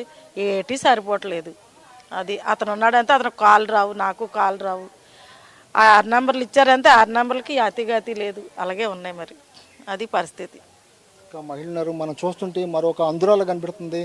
అమ్మ ఏంటి నీకు కనిపించదా? ఎప్పటి నుంచి నీ పరిస్థితి ఏంటి? ఎప్పటి నుంచినండి, 3 ఉన్నామండి, అంగుళమే 3 ఉన్నాము. మరి మా నాన్నగారు చనిపోయి 25 సంవత్సరాలు అయిపోయింది. 6 నెంబర్ అయితే ఉంది, మరి అప్పుడు భూములు అయితే తీసుకున్నారట. మాకు ఏ ఆధారం లేదండి. మరి ఇంకేటి పరిస్థితులు? మరి 6 నెంబర్లు ఉన్నోళ్ళు జాబులు చేద్దామన్నా మేము అంత కాదు. ఏ జాబులకి వెళ్ళి ఏ పనికి వెళ్ళి మీకు పని ఎలా చేస్తారమ్మా మీరు అని అడుగుతున్నారు. మరి మీరు ఎలాగ పోషణ ఎలా చదువుతుంది అంటే అలాగే మరి 3 ఉన్నాము. అమ్మకి, నా తమ్ముడికి కళ్ళు కనిపించు, నాకు కనిపించు. అమ్మాయి కొంచెం అటు ఇటు అలా చేసి ఇంతవరకు బతుకొచ్చాం. మీ తమ్ముడు కూడా కళ్ళు కనిపించవా? 3కి ఇద్దరికి కనిపించమండి. మరి 6 నెంబర్లు ఏదో అన్నారు, ఏది లేదు. మరి భూములు అయితే అప్పుడు తీసుకున్నారు, మరి అది ఏ ఆస్కారం లేదు మాకు. నీకేం కావాలి? మాకు ఏదైనా న్యాయం చేయాలి. ఏటి కావాలంటే ఇల్లులో కారిపోయి ఉన్నాయండి, వర్షం అది వస్తే కారిపోద్ది. మరి మేము ఏ పనికి వెళ్ళా మాకు ఎవరు ఏ పని ఇవ్వరు. ఇది దుర్భర పరిస్థితి. ఎందుకంటే కళ్ళు కనిపించక కొంతమంది కాళ్ళు ఇదైపోయి అనారోగ్యం పాలైపోయి తరాలు 3వ తరం వచ్చినా సరే 6 కార్డు రిహాబిలేషన్ టైంలో ఇచ్చినటువంటి కార్డు పనిచేయక వాళ్ళందరూ కూడా ఇబ్బంది పడే పరిస్థితి కనిపిస్తుంది. ఇంకా చాలా మంది కూడా ఉన్నారు. ఇస్తానన్నారండి, మరి జాగాలు ఎవరా పిల్లలకి సైట్లు ఇస్తాను అన్నారు కదా అప్పుడు. మరి మేజర్లకి మరి సైట్లు అవి ఇవ్వరు ఇంకా ఉన్నారు. మహిళలే చాలా మంది కూడా వాళ్ళ ఆవేదన చేస్తున్నారు. అమ్మ ఏంటి? మరి ఆడపిల్లలతో ఉన్నామండి. మరి 6 కార్డులు ఇప్పటికీ కూడా మాకు ఏ అవకాశాలు లేకుంటే ఇదయ్యే ఇలాగే ఉండిపోయాం ఫస్ట్ నుంచి. మరి మా అలాంటి వాళ్ళకి ఏదైనా చూడాలి. మరి అమ్మ నువ్వేమంటావు? పనులు లేవు, పోట్లు లేవు, ఊరి మీద తిరుగుతున్నాం. పని చేసుకోకనే మా చదువులు లేవు, చదువులు ఎట్టుకుందామన్నా ఎట్టుకోవట్లేదు, పనులు చేయించుకోవడం లేదు, చదువు లేదని. ఇలాగే పిల్లడికి కూడా చదువు లేదు, పిల్లడికి బుర్ర సరి లేదు, తల్లిని నివస పెట్టడమే. ఒంట్లో బాగోదు, తల్లిని పట్టించుకోడు ఆ కొడుకు ఉన్నాడుగా. అదే పూలైనా ఇచ్చేస్తే బాగుంటుంది, లేకపోతే పనులైనా ఇవ్వడం కావాలా, అదే ఎక్కేటి కాదు. వీళ్ళందరి పరిస్థితి చాలా దుర్భరంగా దైనందండి. 6 కార్డు మా ఆయనకి లేదు, మరి పిల్లలకి లేదు. మరి ఎందుకండి ఉపయోగము? అలా మరి ఏదో అవకాశం ఒకరికి కాకపోయినా ఒకరికైనా అవకాశం ఇవ్వాలి. మరి ఆ భూములు తీసుకొని 6 కార్డు ఇచ్చారు, ఇప్పటికీ మా పరిష్కారం ఏంటి లేదు. అలా పేదోళ్ళలాగా ఉండిపోయాం. మరి పిల్లలకైనా ఏదో అవకాశం కల్పించాలి కదండి. మరి 6 కార్డులకి ఇప్పుడు భూములు ఇచ్చి మీరు పాసి పనులు చేసుకోవాల్సిన పరిస్థితి ఎందుకు వచ్చింది? మరి మాకు ఉద్యోగాలు రాకే కదండి. మరి ఉద్యోగాలు వస్తే మేము బయటకు వెళ్ళవలసిన పని నుంచి మేము నలుగురిలాగా ఇంట్లో ఉండి మేము చేసుకొని తాగుదాం కదండి. మాకు అవకాశం లేక బయటకు వెళ్ళవలసి వస్తుంది. మరి మాకు న్యాయం జరిగితే మేము చూసుకొని ఇచ్చేస్తామని చూస్తున్నాం. మరి ఇది పరిస్థితి సతీష్. చాలా మంది ఇంకా చాలా మంది ఉన్నారు. రామ్ గారు మీరు చాలా ఉద్యమాలు చేశారు. ఇప్పుడు చూస్తుంటే వాళ్ళందరి పరిస్థితి చాలా దయనీయంగా ఉంది. అందులు కనబడుతున్నారు, అనారోగ్యం బారి పడుతున్నారు, మంచాన పడ్డారు. అంటే వీళ్ళందరూ కూడా భూములు ఇచ్చి కోట్లాది రూపాయలు విలువ చేసే భూమిని స్టీల్ ప్లాంట్కి ఇచ్చి ఈరోజు మీరు అన్నట్టుగా కూడా రోడ్డు మీద పడిపోయి మనం పాసి పనులు చేసుకునే పరిస్థితి ఇంత దుస్థితి ఎందుకు వచ్చిందంటారు? నిజంగా ముందుగా ప్రైమ్ టీవీ 9 వారికి మా నిర్వాసుల తరపున మిమ్మల్ని నిజంగా 2 చేతులు ఎత్తి మీకు నమస్కారం తెలియజేస్తున్నామండి. ఎందుకంటే నిజంగా మా ఇళ్లలోకి వచ్చి, మా వీధుల్లోకి వచ్చి, ఈ పెదగంటేడు మండలం నెల్లిముగ్గు గ్రామానికి వచ్చి మేము పడుతున్న కష్టాలు లైవ్లో చూసి మీరు చలించిపోవడం చూసి నిజంగా మా దీనమైన బతుకుల గురించి మీరు అడుగుతుంటే మా కళ్ళ నీరు తిరుగుతున్నాయి. నిజంగా అండి, ఈ ప్రభుత్వాలకు కానీ నాయకులకు కానీ మమ్మల్ని పాలించే నాయకులకు కానీ మేము చాలా స్పష్టంగా చెప్తున్నాం. ఒకసారి రండి, ఈ టీవీ వాళ్ళు మా బాధలు తెలుసుకొని వాళ్ళు నిజంగా వస్తుంటే మీరు రండి సార్, మా వీధుల్లోకి రండి సార్. ఓట్ల ఎలక్షన్ అప్పుడు కాదండి, గెలిచినప్పుడు మీరు రండి, ఒకసారి మా బాధలు చాదలు చూడండి. నిజంగా ఇంట్లో తల్లిదండ్రులు బాగోకపోతే కూడా పక్కింటికి వెళ్ళి అప్పు తెచ్చుకొని వాళ్ళ బాగోగులు చూసే స్థితికి తీసుకొచ్చారండి. నిజంగా ఇంత సోషల్ మీడియా కానీ ఇంత ఫేస్బుక్లు ఏదైనా ఒక విషయం జరిగితే వెంటనే ప్రపంచానికి తెలిసే రోజుల్లో కూడా నిజంగా మా బాధలో మా బతుకుల గురించి చెప్పుకుంటే చాలా చిన్నతనంగా ఉంది, సిగ్గేస్తుందండి మా గురించి చెప్పుకోవాలంటే. ఒకప్పుడు చదువుకునే రోజుల్లోనే ఈ స్టీల్ ప్లాంట్ కార్కార్డు, ఈ స్టీల్ ప్లాంట్లో మా కార్కార్డు ఉందంటే చాలా గర్వంగా చెప్పుకునేవాళ్ళు. ఇంత ఉన్నతమైన సంస్థకు మేము భూములు ఇచ్చాము, ఇంత ఇలాంటి విశాఖపట్నం స్టీల్ ప్లాంట్ నేను భూమి ఇచ్చిన భూదాతనని చెప్పుకునేవాళ్ళం. కానీ ఈరోజు ఆ నిర్వాసులు అంటే చెప్పుకోవడానికి సిగ్గేస్తుందండి. ఎందుకంటే ఈ మాట ఎందుకంటున్నామంటే నిజంగా ఏళ్ల తరబడి మా తాత తండ్రులు చాలా నీచంగా తక్కువకి మా పిల్లల భవిష్యత్తు బాగుంటాయని నిజంగా భూమి ఉంటే ఆ పక్కోడు భూమి మీద ఆధారపడి బతికేవాళ్ళం. నా భూమి పోయినా పర్లేదు, పక్కోడు భూమి ఉపాధికి అయితే డోకా ఉండేది కాదు, కడుపుకి అన్నంకి ఇబ్బంది ఉండేది కాదు. నిజంగా ఎంత మోసపూరితంగా బతుకుతున్నామంటే ఈ నిర్వాసిత ప్రాంతాల్లో ఏదైనా అమ్మాయి పెళ్లి చేసుకొని రావాలంటే ఈరోజు రాని స్థితి. ఆడపిల్లలకు పెళ్ళిళ్ళు అవ్వట్లేదు, వికలాంగులు నిజంగా దిక్కుతోసిన స్థితికి వెళ్ళిపోయారు. ఈ ఆర్కార్డులు తాతలు తండ్రులు మనవాళ్ళు మునుమనవాళ్ళు ఇంకా అలా జీవితాన్ని మేము మార్చుకోవడమేనా మా బతుకు? మేము మార్చుకొని ఉండాలా అని మీరు ఎప్పుడో ఉపాధిస్తారంటే మార్పులే జరుగుతున్నాయి కానీ మా బతుకుల్లో ఎటువంటి చలనం కూడా జరగట్లేదండి. నిజంగా ఎంత నీచం అంటే మీకు ఒక విషయం చెప్తామండి. ఎందుకంటే మా ఏరియాలోకి మీరు వచ్చారు కాబట్టి నిజంగా అండి ఒక ఏదైనా జబ్బు జ్వరం వస్తే తల్లిదండ్రులు కూడా చెప్పట్లేదు. ఎందుకంటే నేను ఇప్పటికే వాళ్ళకి భారం అయ్యాను, పాప మళ్ళీ ఎలా బతుకుతారు ఈ కూలి పనులు లేక, ఏ ఉద్యోగాలు లేక, అంటే చెప్పుకునే స్థితి కూడా లేకపోతున్నారు. వాళ్ళంతలో చనిపోయినంత వరకు ఎలా చనిపోయారు కూడా తెలియని స్థితికి వచ్చారు. ఈ టీవీ ప్రైమ్ 9 వారికి నిజంగా చేతులెట్టి ఒక విషయం అయితే చెప్తున్నామండి. ఎందుకంటే ఆర్కార్డు మార్చుకోవడం ఎప్పుడు వస్తుంది ఉద్యోగం, మాకు వేరే సోర్స్ ఏమి లేదండి. 70 ఏళ్ళలో భూమి తీసి కట్టుబట్టలతో ఇక్కడ పంపించారండి, చేతి వృత్తులు కట్టుబట్టలతో ఇక్కడ పంపించారు. ఇక్కడ పంపించి ఎప్పుడు వస్తుంది ఉద్యోగం, మా బతుకు ఎప్పుడు మోగుతుంది. ఆ రోజు కాస్త కోస్తా ఉన్న వాళ్ళందరూ ఉద్యోగాలకు వెళ్ళారు. ఏమి తిండి నేలను కూడా ఎప్పుడు వస్తుందని వెయిట్ చేసుకుని ఉన్నాం. ఎన్ని గ్రామాలు ఇచ్చారు, ఎన్ని ఎకరాలు ఇచ్చారు, ఎంతమందికి ఆర్కార్డులు ఇచ్చారు సార్? ఇది ఒక పెదగంటేడు గ్రామంలో 64 విలేజెస్ ఉన్నాయండి. గంగవరం, పెదగంటేడ, వడ్లపూడి, అగనంపూడి ఇలాగ భూసేకరణ జరిగింది. ఫస్ట్ ఫేజ్ కింద గంగవరం పెదగంటేడని తీసుకున్నారండి.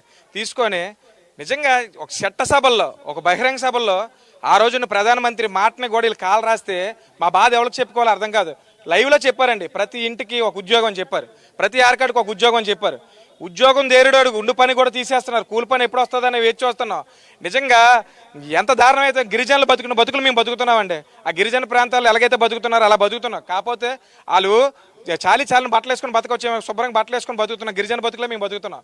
ఎందుకంటే నిజంగా అండి అసలు ఇది మా హక్కు అండి. అసలు ఒక భూమి ఒక ఉన్న ప్లేస్ని ఎవడైనా ఆక్రమిస్తే నా హక్కు అని చెప్పుకునే కొన్ని వేల ఎకరాలండి, 30,000 ఎకరాల భూమిని మేము ఇస్తే ఈరోజు అక్కడ కూలి పనికి కూడా మేము నోచుకోకపోతే మా బాధ ఎవరికి చెప్పుకోవాలండి? కేవలం మమ్మల్ని ఓటర్లాగా ఒక ఎలక్షన్ టైంలో మమ్మల్ని ఓటర్లాగా చూస్తున్నారు. అంటే ఇటు ఓటు వేయాలి, ఈయన ఆ రోజు మేము ఆయన ఇచ్చేయాలని. మీకు చెప్తున్నా మాకు రాజకీయాలతో సంబంధం లేదు. మాకు అసలు రాజకీయాలు అంటే మాకు వద్దండి. మా బతుకులు మారాలి, మా పిల్లల బతుకులు మారాలి. ఇంకెన్ని సంవత్సరాలు అంటే ఇంకా మిమ్మల్ని అందరిని అద్దించుకొని ఈ నాయకులందరూ కాళ్ళు ఎల్లు పట్టే ఆ రోజుల్లో ఎప్పుడు మా తాత తండ్రులు పట్టారేమో ఈ రోజుకి మేము పడుతున్నామంటే. మీరు ఎమ్మెల్యే పల్లా శ్రీనివాసరావు గారు కదా, ఆయన దృష్టి తీసుకెళ్లారా సార్? ఇక్కడ పల్లా శ్రీనివాసరావు గారా, నాగిరెడ్డి గారా, లేకపోతే చంద్రబాబు నాయుడు గారా, జగన్మోహన్ రెడ్డి గారా, లేకపోతే పవన్ కళ్యాణ్ గారా, ప్రతి ఒక్కరూ కూడా మా నిర్వాసుల బతుకుల మీద మాట్లాడలేని దాఖలాలు లేవు.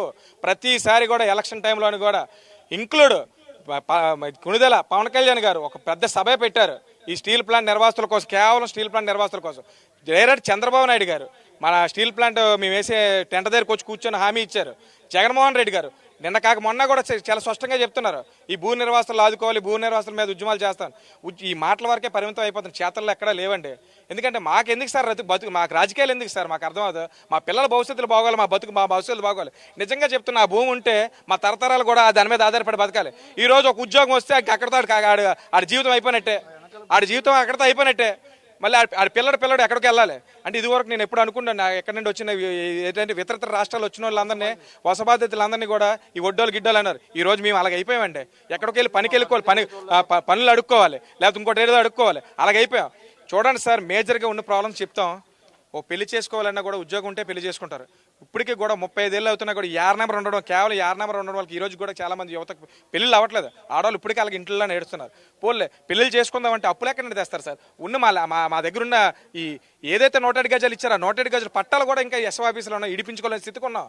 ఈ రోజుకి 107 గజాలు పట్టాలు కూడా తెచ్చుకోలేకపోతున్నాం. అసలు ఎలా బతకాలి, ఎలాగ ముందుకెళ్ళాలి? ఉద్యమం చేశారంట ఎన్ని రోజులు చేయాలి సార్? ఉద్యమం జీవితంతో మా బతుకులు ఉద్యమాలు చేసుకొని బతకడమేనా? మీకు చెల్లించదా? మా బాధలు మీకు పట్టవా? నిజంగా చెప్తున్నాను, మనస్ఫూర్తిగా చెప్తున్నా, మా ఉసురు మాట మీకు తగలదా? మీరు ఇప్పటికైనా మా మా మా మా మా బతుకుల మీద మీకు మినిమం ఇంకిత జ్ఞానం కలగ వీధుల్లో చూడండి సార్ ఒకసారి. మీరు నిజంగా చేతులెక్క మొత్తున్నా సార్ ఈ ప్రైమ్ న్యూస్ వాళ్ళకి. ఎందుకంటే ఇలాగా మమ్మల్ని వచ్చి అప్రోచ్ అయ్యి మీ బాధలు ఏంటని మేము ఎవరికైనా వెళ్ళి మా బాధలు చెప్పుకునే స్థాయి ఉన్నది ఈరోజు మా వీధిలోకి వస్తున్నారంటే నిజంగా చాలా మనస్ఫూర్తిగా ఉందండి. ఎందుకంటే మేము బతుకుతున్న బతుకులు లైవ్లో చూసి వాళ్ళు చలించిపోతుంటే నిజంగా ఇది మేము కోరుకునేది ఇదా అభివృద్ధి. పెద్ద పెద్ద ఐటీ కంపెనీలు తీసుకొస్తాను అంటున్నారు విశాఖపట్నంలో. బాబు మీరు ఐటీ కంపెనీలు కాదు, ఇంటర్నేషనల్ తెలిసిన ఈ విశాఖపట్నం ఉక్కు స్టీల్ ప్లాంట్ నిజం కన్నతల్లి లాంటి స్టీల్ ప్లాంట్ సార్. మీరు మళ్ళీ చెప్తున్నా అది కన్నతల్లి లాంటిది. ఎందుకంటే ఎంతో మంది పాలు నీళ్ళు ఇచ్చి రెండుగా పెంచుతున్నారు. అలాంటి సంస్థని ఎవడికో ప్రైవేట్ ఎవడికో ఇంకోటికి ఇచ్చారు. మేము అది కోరుకోవట్లేదు సార్. మా తరతరాలు కూడా దాని మీద ఆధారపడి బతకాలి. మా హక్కు అది. మా తరతరాలు కూడా ఏదో నా కార్ నెంబర్ ఉంది నేను ఒక్కని బతికితే కాదు, మా తరతరాలు మా పిల్లలు కూడా బతకాలి. అదే భూమి ఉంటే మా తరతరాలు మేము బతకమండి. మా తాతకి ఇచ్చిన భూమి కొడుకు అర్హుడు అవుతుండే, మనవడు అర్హుడు, మునిమనవడు అర్హుడు అవుతుండే. కానీ ఇక్కడ ఏమైపోతున్నామంటే ఈ ఆర్కాడ్ వల్ల బయటికి వెళ్ళాలంటే భయం అండి. నా తల్లిదండ్రులు ఎవడు చూస్తాడని బయటికి వెళ్ళాలంటే పోలే ఏదో ఎక్కడైనా ఉపాధి కల్పించుకొని చేద్దామంటే నీకేమో ఆర్కాడ్ ఉందా అంటారు. ఎందుకు సార్ ఈ ఆర్కాడ్ నాకు అర్థం అవ్వదు. ఆర్కాడ్ మీన్స్ ఏంటండి? రిహాబిలిటేషన్ కార్డు అంటున్నారు, ఎంప్లాయ్మెంట్ ఆఫీస్ పెట్టారు. కావాలంటే మీరు ఒకసారి ఇప్పుడు ఎలాగా మా వీధుల్లోకి వచ్చారు కదా, మీకు నిజంగా ఒక విషయం చెప్తున్నా. మా నిర్వాసిత గ్రామాలు మహా అయితే చదువుకునేది అంతా ఐటీ అండి.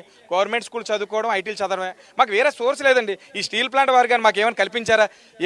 మాకేమైనా స్కూల్లో రాయితీ ఇస్తున్నారా? లేకపోతే మా ఇంటి పనులకు ఏమైనా రాయితీ ఇస్తున్నారా? ఓటర్లకు ఏమైనా రాయితీ? మాకు ఏం రాయితీ ఉండదండి. ఓన్లీ కేవలం ఒక ఆర్కాడ్ ఇచ్చి ఈ మెల్లని ఏదో మూర్చగా వచ్చినట్టు మెల్ల వేసినట్టు ఒక ఆర్కాడ్ మెల్ల వేసి వీళ్ళు నిర్వాసుడు అని చెప్పేసి పక్కన పడేయడం తప్పించి మాకు ఎక్కడ రాయితీ లేవు సార్. ఎందుకంటే అంత పెద్ద ఉక్కు నగరం ఉందండి, అందులో ఎన్నో స్కూళ్ళు ఉన్నాయి. మా పిల్లలకు ఉమ్మానండి 50% ఉమ్మానండి సార్. మా పిల్లలందరూ అక్కడ చదివించుకుంటామండి.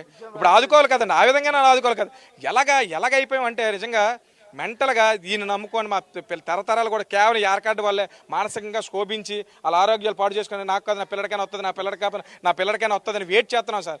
నిజంగా ఇప్పుడు ఎలాగైపోయామంటే ఫైనల్గా మీకు విషయం ఒకటి చెప్తానండి. మీ నుండి ఏం కోరుకోవట్లేదు సార్. నిజంగా ప్రభుత్వాలకు కానీ ఇక్కడ ఉన్న లోకల్ లీడర్స్ కానీ ప్రతిపక్షం కానీ అధికార పక్షం కానీ మేము ఏం చెప్తున్నామంటే ఎలాగైపోయామంటే సార్ నిజంగా మేము ఉద్యమం చేస్తే అధికార పక్షం వాడు రాడు, ప్రతిపక్షం వాడు వస్తాడు. అది అంటే మళ్ళీ ఆయన అధికారంలో రాబో ప్రతిపక్షం వాడు వచ్చాడు. ఇలాగ వీళ్ళకి ఏంటంటే ఇది ఏటైపోయిందండి, మా ఉద్యమాన్ని ఒక ప్లే గేమ్ అయిపోయింది. అంటే వీళ్ళు ఉన్నారు కదా, వీళ్ళు మేము ఆడుకోవచ్చు కదా. మేము మీ నుండి కోరుకునేది ఒకటే సార్.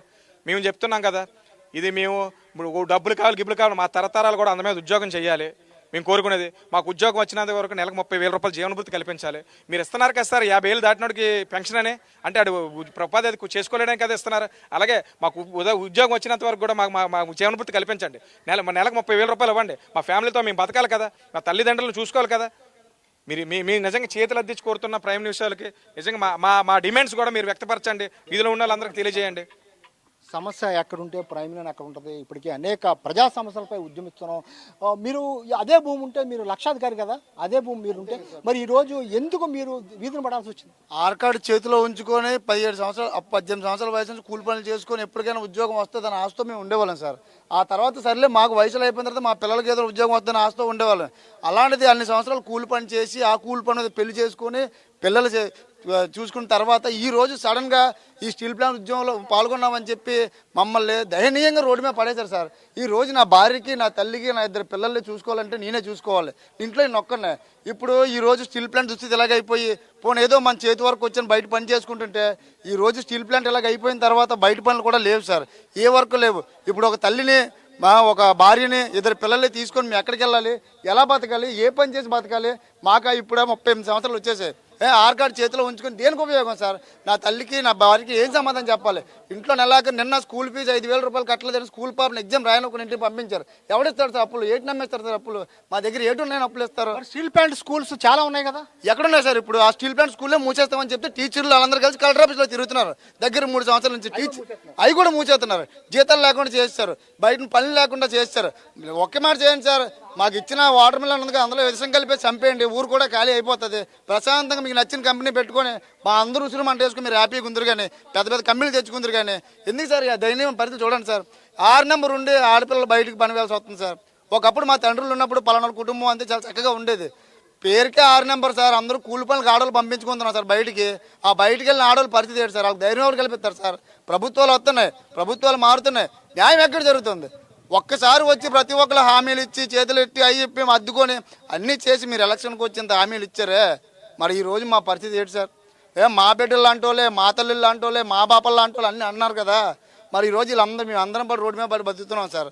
మరి మాకేదో సమాధానం చెప్పాలి కదా సార్, మాకేదో న్యాయం చేయాలి కదా సార్. అదే భూమి మా తాతకున్న భూమి అక్కడ ఉన్నప్పుడు ఉండుంటే మా తండ్రి దున్నేవాడు, మా తండ్రి తర్వాత మేము దున్నేవాళ్ళు. మేము దున్నకపోతే మా కొడుకులు దున్నుతారు. అలాగైనా ఆడవాళ్ళు ఇంట్లో పెట్టుకొని శుభ్రంగా చూసుకునే ఒక హక్కు మాకు ఉండేది. ఈరోజు భూసేకరణ చేసి అన్నీ చేసి మా తండ్రి ఏదో ఉద్యోగం చేసిన తర్వాత ఉద్యోగం చేసిన తండ్రి అందరూ ఒకలాగా ఉండరు. ఎవరికో కొన్ని వ్యసనాలు ఉంటాయి, అప్పుల పాలై పోతాడు. తర్వాత మా పిల్లల పరిస్థితి ఏంటి? మేము ఎలా బతకాలి? మాకే ఇంజనీర్లు ఉద్యోగాలు చదివించారని బతకాలా, లేకపోతే మేమేం పెద్ద పెద్ద చదువులు చదువుకొని బతకాలా? 6 నెంబర్ ఉన్నదని ఒక కారణంతో మేము ఉండేవాళ్ళం సార్. ఈరోజు దానికి న్యాయం లేకుండా నిర్ధారణంగా 4 రోజులు ఒంట్లో బాగాలని చెప్పి ఇక్కడ ఎంతోమందిని ఉద్యోగాలు తీసి పారేశారు. వలస వచ్చి బతుకుతున్న వాళ్ళకేమో పెద్దపేట వేస్తారు, మీకోసం భూములు పుట్టలు అన్ని త్యాగం చేసిన మమ్మల్ని ఏమో రోడ్డు మీద పడేస్తారు. ఈరోజు వాళ్ళు తీసుకొచ్చి ఇక్కడ చేయాల్సిన కర్మేటి? అదే పని మేము చేయలేమా? మాకు హెల్పర్ రేట్ ఇచ్చినా సరే మేము స్కిల్డ్ వర్క్ చేసేవాళ్ళం. ఏమంటే మీరు అందరు పంటలు పనిచేసిన వాళ్ళు కదా, అంత పని చేసేవాళ్ళని. అంత ఉన్నత స్థాయి తీసుకొచ్చిన కంపెనీని ఈరోజు ఇలా చేశారు సార్. ఇది చాలామంది ఆవేదన సతీష్. ఇంకా చాలామంది కూడా వాళ్ళ బాధను చెప్పుకునేందుకు మనతో పాటు ప్రైమ్ నన్ను పంచుకునేందుకు కూడా వాళ్ళందరూ కూడా చాలామంది వచ్చారు. ఏంటి మీరేమంటారు? సార్ మాది మత్స్యకారుల గ్రామం సార్, గంగవరం. అది 79లోనే మా దగ్గర ల్యాండ్ తీసుకున్న 1979లోనే. అప్పుడు తీసుకున్నారు ప్లాంట్, కానీ అప్పుడు 6 నంబర్లు ఇచ్చారు. ఇప్పుడు నేను 2011 నుండి 12 నుండి నేను టెస్టులు రాస్తున్నాను. ఇప్పటికి వచ్చి నాకు జాబ్ అవ్వలేదు. నా ఏజ్ 40 ఇయర్స్ అయింది. అలాగే ఇప్పుడు మా అబ్బాయి డిప్లొమా చేస్తాడు. వాడు ఇదే దాని 6 నంబర్ మీద ఆధారపడి ఉన్నాడు. ఇప్పుడు కంపెనీలు వస్తున్నాయి, ఏది ప్రజలకు ఉపయోగపడినది ఎందుకు? 2018 నుండి నోటిఫికేషన్ లేదు. మరి మా ఏజ్ అయిపోయింది, ఇప్పుడు 40 సంవత్సరాలు అయిపోయింది. నేను ఎలా రాస్తాను? మరి నా కొడుకు ఉన్నాడు, నా కొడుకుకైనా ఉపాధి ఉండాలంటే ప్లాంట్ని మూసేస్తాను అంటున్నారు. మూసేస్తే అలాగా? ఇప్పుడు గంగవరం పోర్టుకి ల్యాండ్ ఇచ్చాం, సముద్రం తీసుకున్నారు, మాకు వ్యాట్ చేయడానికి అవకాశం లేదు. అవతల పోర్టులో పనిచేస్తామంటే లోకల్ నవ్వుని ఉంచట్లేదు గంగవరం పోర్టులో. ఇప్పుడు ప్లాంట్లోనూ ఇప్పుడు అదే పరిస్థితి వచ్చింది. గంగవరం పోర్టు కూడా పనిచేస్తామంటే లోకల్లో ఉంచట్లేదు, బయట రాష్ట్రాల నుండి తెచ్చుకుంటున్నారు. తెచ్చుకొని 5,000 మంది కాంట్రాక్ట్ లేబర్ని తీస్తారు, 2,000 మంది ఈఆర్సీసీ ఎంప్లాయీలు పంపించేశారు. మరి ఎంత చేసినా ఇప్పుడు ఒక్కొక్క కాంట్రాక్ట్ లేబరు 10 మంది ఎంప్లాయీలతో సమానమైంది. అంత ఎక్స్పీరియన్స్ క్యాండిడేట్లు ప్రొడక్షన్ జూన్లో రియల్గా వెళ్ళి పనిచేసి వచ్చే మనుషులు అలాంటి వాళ్ళు తొలగించేసి ఒరిస్సా నుండి బీహార్ నుండి తెచ్చుకొని చేయించుకుంటున్నారు 500కు 600కు.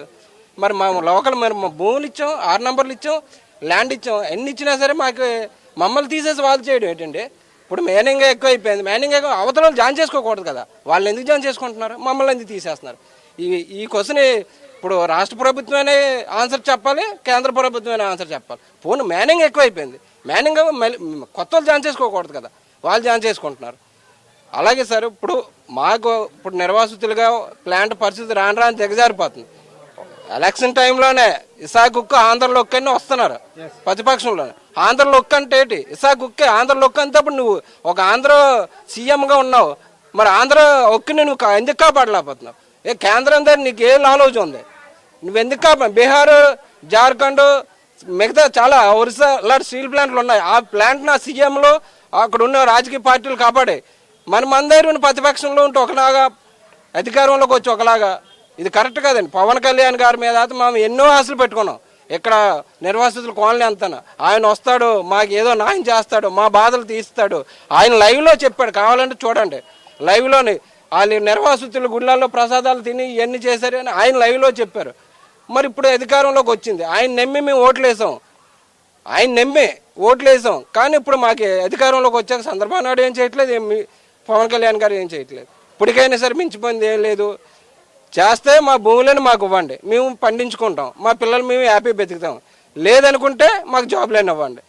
ఈ రెండోళ్ళకి ఏదో ఒకటి చేయండి ప్లీజ్. మీ ప్రభుత్వాన్ని ఇదే కోరుకుంటున్నాం సార్. ఇది పరిస్థితి. ఉద్యోగం లేక వేటకి వెళ్దామంటే వేటకి లేక అప్పుడు అసలు మీరు ఈ అంటే ఓటర్లు కేవలం పార్టీలకు ఓటర్లుగానే మారారా? ఏ ప్రభుత్వం ఆ ప్రభుత్వం మీ దగ్గర రావటం, హామీ ఇవ్వటం, మళ్ళీ ఆయన అన్నట్టు ఉద్యమం టైంలో ప్రతిపక్షమే రావటం, అధికార పక్షం రాకపోవటం, ఎందుకు ఈ పరిస్థితి అసలు? విశాఖ స్టీల్ ప్లాంట్ విషయంలో అయితే విశాఖ స్టీల్ ప్లాంట్ భూములు ఇచ్చిన నిర్వాసితులకి చాలా అన్యాయం జరిగిందండి. ఇది ఆంధ్రప్రదేశంలోనే విశాఖ స్టీల్ ప్లాంట్కి జరిగిన అన్యాయము. ఇక్కడున్న నిర్వాసితులు ఆ రోజు ఉద్యోగాలు ఇస్తామని భూములు తీసుకొని 6 నంబర్ ఇచ్చారు. నేటికి 50 సంవత్సరాలు అయినప్పటికీ కూడా ఏ ప్రభుత్వాలు వచ్చినప్పటికీ కూడా నిర్వాసితులకి న్యాయం చేయకపోవడానికి కారణం ఏంటంటే ఇక్కడున్న నిర్వాసితులు అమాయకులు కనుక ఈరోజు స్టీల్ ప్లాంట్ నిర్వాసితులకి న్యాయం జరగపోయినప్పటికీ కూడా ఈ రోజుకి కూడా నిర్వాసితులు ఎటువంటి కూడా స్పందన చేయట్లేదండి.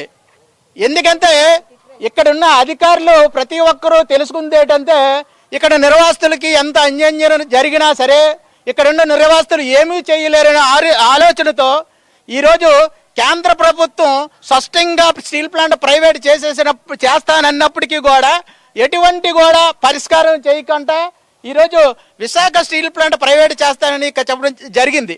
దీనికి నిర్వాసితులకి పరిష్కారం చేయవలసిన బాధ్యత ఉంది. గత ప్రభుత్వం ఆ రోజు పవన్ కళ్యాణ్ గారు నా జబ్బు మీద చెయ్యేసుకొని ఈ స్టీల్ ప్లాంట్ నిర్వాసితులు చాలా పాసి పనులు చేసుకొని టౌన్షిప్లోని గుళ్ళంట పాసి పనులు చేసుకొని బ్రతుకుతున్న పవన్ కళ్యాణ్ గారు ఈరోజు నిర్వాసితులు ఎక్కడ కనిపించట్లేదా అని చెప్తున్నాం. ఈరోజు మన గాజువాక నియోజకవర్గంలోని అత్యధిక మెజార్టీ గెలిచిన పల్లా శ్రీనివాస్ గారికి మరి తెలీదా ఇక్కడ ఉన్న నిర్వాసితులకి న్యాయం చేయాలని? ఈరోజు రాష్ట్రానికి అధ్యక్షుడిగా మీరు ఎలాగైపోయారండి?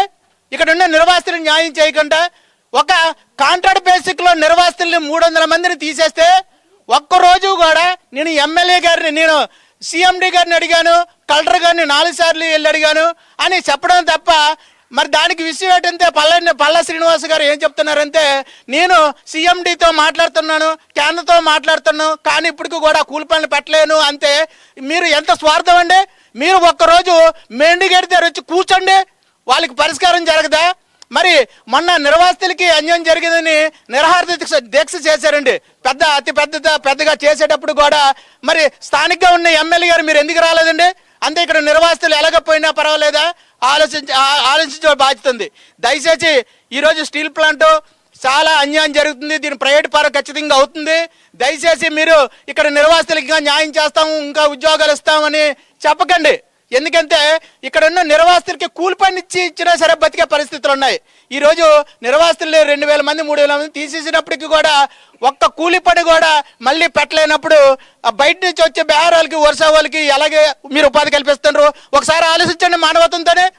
మీరు నిజంగా ఇక్కడ స్థానిక ఎమ్మెల్యేగా మీరు ఖచ్చితంగా స్పందించవలసింది బాధ్యత ఏంటంటే కేంద్రానికి ఖచ్చితంగా మీరు స్పందించాలి. ఇక్కడున్న స్టీల్ ప్లాంట్ నిర్వాసితులకి ప్రతి ఒక్కరికి కూడా ఉద్యోగం ఇవ్వకపోతే మీరు నెలకి 25,000 రూపాయలు జీవనోపాధి ఇప్పించండి. లేదంటే ఈ స్టీల్ ప్లాంట్లో ఇంకా 13,000 ఎకరాల భూమి ఖాళీగా ఉంది. ఆ భూమిని ఎవరైతే 8,500 మంది 6 నంబర్ కార్డులు ఉన్నారో వాళ్ళకి పంచండి. దయచేసి ఇక్కడ ఉన్న నిర్వాసితులు ప్రతి ఒక్కరూ కూడా అడుగుతున్నారు. కానీ ఇప్పుడు నిర్వాసితులకి అన్యాయం జరిగినప్పటికీ కూడా వాళ్ళ ఫ్యామిలీలు, వాళ్ళ పిల్లలు కూడా ఈ 6 నంబర్కి ఏ విధంగా న్యాయం జరుగుతుందో అడగలేని పరిస్థితులు ఉన్నాయండి. ఎమ్మెల్యే గారు దయచేసి ఇక్కడ ఉన్న నిర్వాసితులకి మీరు ఖచ్చితంగా న్యాయం చేయాలి, లేదంటే 6 నంబర్కి సెటిల్మెంట్ చేయాలి, లేదంటే భూములు తిరిగి ఇవ్వాలని మా యొక్క కోరిక. ఇంకా చాలామంది యువత కూడా ఉన్నారు. మీరు చెప్పండి, మీరు చాలా యూత్, మరి మీ తండ్రులు అవ్వచ్చు, తాతలు అవ్వచ్చు, ఆర్ కార్డు ఇచ్చారు, మీ వరకు వచ్చింది, మీకేమైనా ఉపయోగపడుతుందా? మా తాతకి ఇచ్చారు ఆర్ కార్డు, తర్వాత మా డాడీకి ఇచ్చారు. మా డాడీ చదువుకోలేదని నాకు వచ్చింది. నేను డిప్లొమా బీటెక్ చేసినా సరే ఇప్పుడు పరిస్థితి ఎలాగ ఉందంటే ఫుల్ స్కామ్ చేస్తుంది. ఏం లేదు, మొత్తం అందరూ కలిపి స్కామ్ చేసి మొత్తం ల్యాండ్ లూజర్స్ అందరినీ చేతకనితనంలాగా చేస్తున్నారు. మేము వెళ్ళి అక్కడ ఫైట్ చేసినా సరే మా అమ్మాయిని కేసులు పెడతాను అంటున్నారు. మేము గవర్నమెంట్ ఎగ్జామ్స్ రాసుకోవడానికి అవ్వదు, ఏటీ అవ్వదు, అలాగని చెప్పి ప్రొటెక్ట్స్ కూడా చేయకూడదంట. ఇంక దేనికి పనికి వస్తాం మేము? ఇక్కడ మా అన్నయ్య, మా అమ్మలు అందరూ ఇక్కడ చూడు ఎంత బాధపడుతున్నారు. ఎవరు ఒక్కరు కూడా రియాక్ట్ అవ్వట్లేదు. వాళ్ళ వరకు వెళ్తేనే మాత్రమే వాళ్ళు వస్తారు. ఇప్పుడు వాళ్ళ ఎంప్లాయీలు ఉన్నారు, వాళ్ళు బయటకు వస్తే ధర్నా చేస్తే వాళ్ళ ఫ్యామిలీ వాళ్ళని తీసేస్తానని పెడుతున్నారు. ఇది ఏంటి? ఇది పక్కా రాజకీయం చేస్తున్నారు. రాజకీయం మొత్తం సెంట్రల్ వాళ్ళే మాట్లాడుతున్నారు స్టేట్ గురించి. ప్రొటెక్ట్ ఇలా చేస్తున్నారు స్టీల్ ప్లాంట్, వాళ్ళకి ఏదో న్యాయం చేయమని. కానీ స్టేట్ ఏం చేస్తుంది? గాజులు వేసుకొని తిరుగుతుంది. ఇది ఇలాగే ఇప్పుడు ఒరిస్సా వాళ్ళు తీసుకొచ్చి ఇక్కడ పెడుతున్నారు. వాళ్ళకి మాకు గొడవలు పెడుతున్నారు. రేపు పొద్దున్న ఇక్కడ టెర్రరిజం వస్తుంది. దేనివల్ల? ఇదంతా గవర్నమెంట్ చేస్తే నిర్లక్ష్యం. అంతే. సెంట్రల్ గవర్నమెంట్ దేనికి పనికిరావట్లేదు కాబట్టి ప్రైవేట్ సంస్థకి ఇస్తుంది అంటుంది. మేము చదువుకున్న వాళ్ళం కూడా దేనికి పనికి వస్తున్నాం? మాకు తెలియదా? మేము వెళ్ళి ప్రైవేట్లో మేము జాబ్ చేయాలని మాకు తెలుసు. పల్లా శ్రీనివాస్ అంటారు ఇక్కడ మేము ఇస్తున్నాము ఆపర్చునిటీ, మీరు వచ్చి తీసుకోలేదు అంటున్నారు. మాకు తెలియదు, మేము చదువుకున్న వాళ్ళు. ఇక్కడ మా తల్లిదండ్రులు వదిలేసుకొని మేము హైదరాబాద్లో పోతున్నాం. ఎందుకు?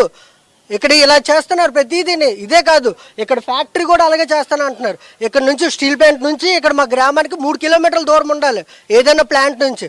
కానీ ఏది గంగవరం పక్కనే ఉంది పోర్టు, అంత దూరంలోనే రోజుకు ఆరోగ్యాలు ఒక్కొక్కరికి ఇక్కడ ఊర్లందరికీ డస్ట్ అలర్జీస్ ఉన్నాయి. ఎవరు చెప్తున్నారు? ఇక్కడ మేము ఇక్కడ మెడికల్లోనే బతుకుతున్నారు మెడికల్ షాప్ వాళ్ళు. మేము ప్రతిదీ మెడిసిన్ ఎంత కొంటున్నాం, ప్రతిదీ కొంటున్నాం, ఎవరికి అర్థం అవ్వట్లేదు. ఇది పరిస్థితి. సతీష్ వీళ్ళ ఆవేదన మొత్తం కూడా మనం చూసినప్పుడు మహిళలు అవ్వచ్చు, లేకపోతే యువకులు అవ్వచ్చు, మొత్తం వయసు తీరిన వాళ్ళు అవ్వచ్చు, అందరూ కూడా చాలామంది మనం కన్నీటి పర్యంతం అవుతున్నారు. వాళ్ళందరూ కూడా చూడొచ్చు, అందులు కనీసం ఒక కుటుంబంలో తన అందురాలు, తమ్ముడు అందురాలు, కుటుంబం ఎలా నడుతో కూడా తెలియని పరిస్థితి. ఇటువంటి పరిస్థితుల్లో మనం చాలామంది ఆ అందురాలు చెప్పే బాధను మనం వింటున్నాం.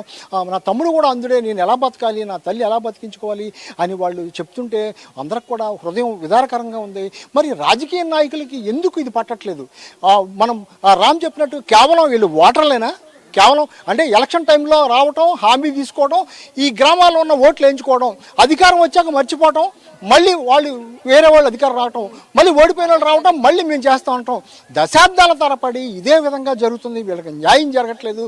6 కార్డు ఇచ్చారు, 6 కార్డు ఏం చేసుకోవాలి? మీరు 4 గీసుకోవాలని అడుగుతున్నారు. 6 కార్డు రిహాబిలిటేషన్ పునరావాస కేంద్రం ఏర్పాటు చేసినప్పుడు వాళ్ళకి 6 కార్డు ఇస్తారు. 6 కార్డు ఎందుకు ఉపయోగపడుతుంది? దాదాపు ఇంకా కూడా 8,000 మందికి 6 కార్డు ఉపయోగపడలేదు. వాళ్ళందరూ కూడా అనారోగ్యం పాలైపోతున్నారు. తరతరాలు కూడా అనారోగ్యం పాలైపోతున్నారు. కనీసం ఇళ్ళు బాగలేదు, కుటుంబాలు బాగలేదు, ఆరోగ్యం బాగలేదు, బతకలేని పరిస్థితులు ఉన్నారు. ఇంత దుర్భర పరిస్థితి. ఈ రోజు మిగిలిన భూములు స్టీల్ ప్లాంట్ 100 కోట్లు విలువ చేస్తున్నాయి. అంటే ఇళ్ళు ఇచ్చిన భూములు. ఎస్ వాసు, డెఫినెట్గా మీరు చెప్పినట్టుగా ఇప్పుడు విశాఖలో గజం స్థలం ఏ రేట్లో ఉందో, ఏ స్థాయికి పెంచుదాం అనుకుంటున్నారో ఇదంతా ఇప్పుడు మనకి ప్రజెంట్ తెలిసేది. బట్ గ్రౌండ్ లెవెల్లో సిచ్యువేషన్ ఎలా ఉంది మీరు చూపించే ప్రయత్నం చేస్తున్నారు. వాళ్ళ వేదన ఏంటో మనం విన్నాం. ఎందుకంటే యువత నుంచి పెద్దవాళ్ళ వరకు అక్కడ అన్ని వయసుల వరకు స్పందించారు. తమకు న్యాయం కావాలి, వాళ్ళు చెప్పేదిలా తమకు న్యాయం కావాలి. ఎందుకంటే 70లో భూములు ఇచ్చారంటే 55 ఏళ్ళు అవుతోంది. ఇప్పుడు నష్టాలు వచ్చి ప్రైవేటీకరణ చేస్తామంటున్నారు, మధ్యలో లాభాలు వచ్చాయి. మరి అప్పుడేం చేస్తారు? ఎందుకు వీళ్ళకి 8,000 మందికి ఉద్యోగులు 8,000 మందికి ఎందుకు ఇవ్వలేదు? ఇప్పుడు వాళ్ళే భూములు ఇవ్వకపోతే అసలు ఈ ఫ్యాక్టరీ ఎక్కడి నుంచి వచ్చేది? ఇప్పుడు విశాఖ స్టీల్ ప్లాంట్ అంటే ప్రపంచవ్యాప్తంగా పేరెనికి గంది, ఏదో పేరు గొప్ప ఊరి దెబ్బ ఈ సామెతలాగా మారిపోయిన సిచ్యువేషన్ అసలు ఎందుకు వచ్చింది అనుకోవాలి? ఎందుకు ఎప్పుడు కూడా వీళ్ళకి వాళ్ళు అడిగిన దాంట్లో ప్రతి దాంట్లో కూడా న్యాయం ఉంది. వాళ్ళ వేదన ఎంతలా కనిపిస్తున్నా మనకి. మా పిల్లలకి కనీసం స్కూళ్ళలో వీళ్ళు సీట్లు ఇవ్వగలుగుతున్నారా? మాకు ఆరోగ్యం బాగోకపోతే హాస్పిటల్లో ఫెసిలిటీస్ ఇస్తున్నారా?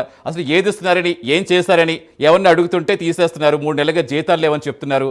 మరి ఎంత వేదన అక్కడ అలాగే గ్రౌండ్ లెవెల్లో ఉంటే ఎందుకు ఎవరు పట్టించుకోలేకపోతున్నారు? ఎందుకు దీన్ని ఒక రాజకీయ అంశంగానే చూస్తున్నారా? రాజకీయ పబ్బం గడిపినదిగా చూస్తున్నారా? అసలు ఇప్పుడు ఏంటి? ఇప్పుడు వాళ్ళకి న్యాయం జరగాలంటే తక్షణం ఏం చెయ్యాలి?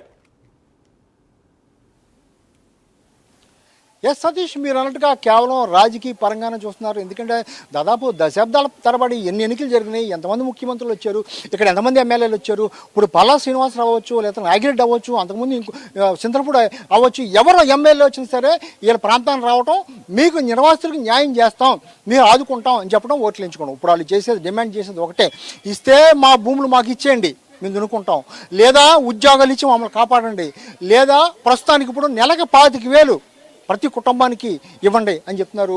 మనం ప్రతి ఇంటికి వెళ్ళడం జరిగింది. ప్రతి ఇంట్లో కూడా దయనీయమైన పరిస్థితి, దారుణమైన పరిస్థితి. వాళ్ళందరూ కూడా మహిళలు ఆవేదన వ్యక్తం చేసే పరిస్థితి. ఎప్పటికైనా సరే ప్రభుత్వాలు రాజకీయాలతో సంబంధం లేకుండా అన్ని పార్టీలు కూడా ఈ నిర్వాసిత సమస్యను పరిష్కరించేందుకు ముందుకు రావాలి, తప్పనిసరిగా వీళ్ళని ఆదుకోవాలని వాళ్ళందరూ కూడా డిమాండ్ చేసే పరిస్థితి కనిపిస్తుంది. సతీష్. ఇప్పుడు ఆ బాబు చెప్తూ ఒక చిన్న అబ్బాయి చెప్పుకుంటూ వచ్చాడు. ఇప్పుడు కేంద్రం సెంట్రల్ చేతిలో ఉన్నప్పటికీ రాష్ట్రం చేతిలో పెడుతోంది. ఇక్కడ ఒడిస్తావాలను తీసుకొస్తున్నారు, ఇక్కడ మళ్ళీ ప్రాంతీయ విభేదాలు తీసుకొస్తున్నారు, ఎంత చేస్తున్నారు కేవలం రాజకీయం గడుపుకోవడానికి, ఇక్కడ మాకి గొడవలు పెట్టే ప్రయత్నం చేస్తున్నారని. అంటే ఇప్పుడు అంటే ఏ విధంగా ఇప్పుడు వాళ్ళ భూములు ఇస్తారా అంటే ఇప్పుడు అవన్నీ కూడా జరిగే పనులు అంటే మనం అవన్నీ చెప్పలేం. కానీ వాళ్ళకి ఎందుకు నష్టపరిహారం ఇవ్వలేకపోతున్నారు? నిజంగా ప్రైవేటీకరణ వచ్చి ఎవరికో ఇచ్చేద్దాం అనుకున్నప్పుడు ముందు ఇక్కడ భూములు ఇచ్చిన వరకు న్యాయం చేయాలి అనేది మినిమం సెన్స్ కదా. ఇప్పుడు దాన్ని ఎందుకు చేయలేకపోతున్నారు? అసలు ఏంటంటే వాళ్ళని అడిగిన అసలు ఎంత భూమి ఇచ్చారు, ఆ భూమికి ఇచ్చినప్పుడు వాళ్ళకి 6 కార్డుతో పాటు ఇంకా ఎలాంటి హామీలు ఇచ్చారు, హామీలకు సంబంధించి అసలు ఎలాంటి పత్రాలు ఇవ్వలేదా?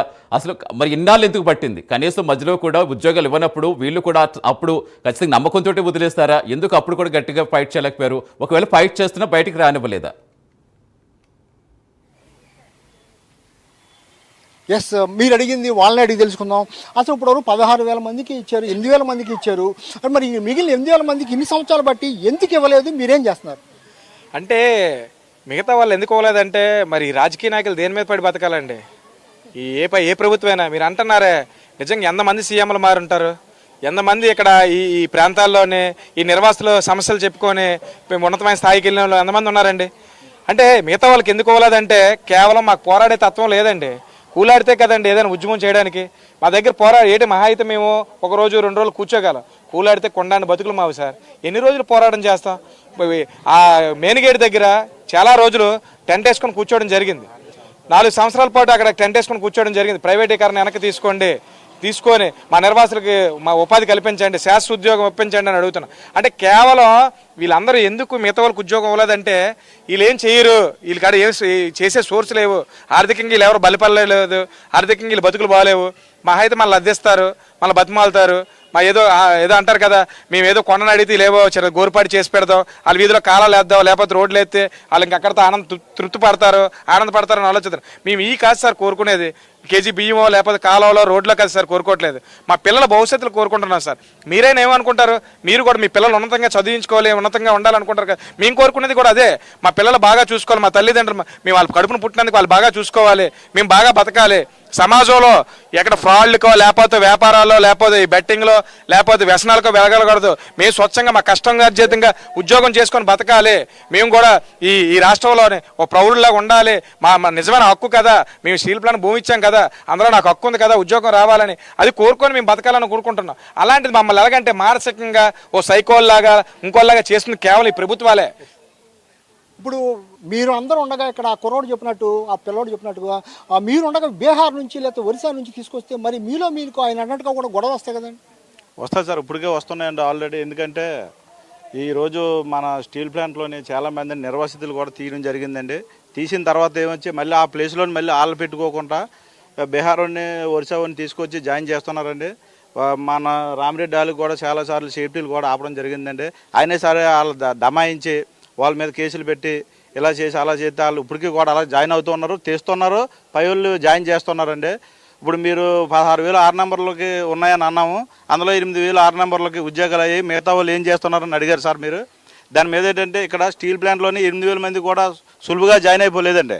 వాళ్ళకి కూడా అందరూ వెళ్ళి స్ట్రైక్ చేస్తేనే, ట్రగుల్ చేస్తేనే జాయిన్ అయ్యారు తప్ప స్వతహాగా అయితే మటుకు స్టీల్ ప్లాంట్ కానీ కేంద్ర రాష్ట్ర ప్రభుత్వాలు ఎవరు ఇవ్వలేదండి. దాని మీద ఏంటంటే ఇప్పుడు గవర్నమెంట్, కేంద్ర రాష్ట్ర గవర్నమెంట్ల మీద ఆధారపడి ఉన్నామండి మేము. ఎందుకంటే మా 8,000 ఆర్ కార్డులు మిగిలిపోయి మాకు నష్టపరిహారం కానీ ఉద్యోగం కానీ లేకపోతే మా భూమి తిరిగి ఇవ్వడం కానీ వాళ్ళే చేయాలండి.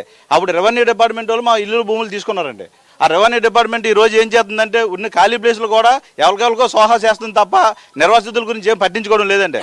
రానున్న కాలంలో ఇది ఇలా ఉండిపోదు సార్.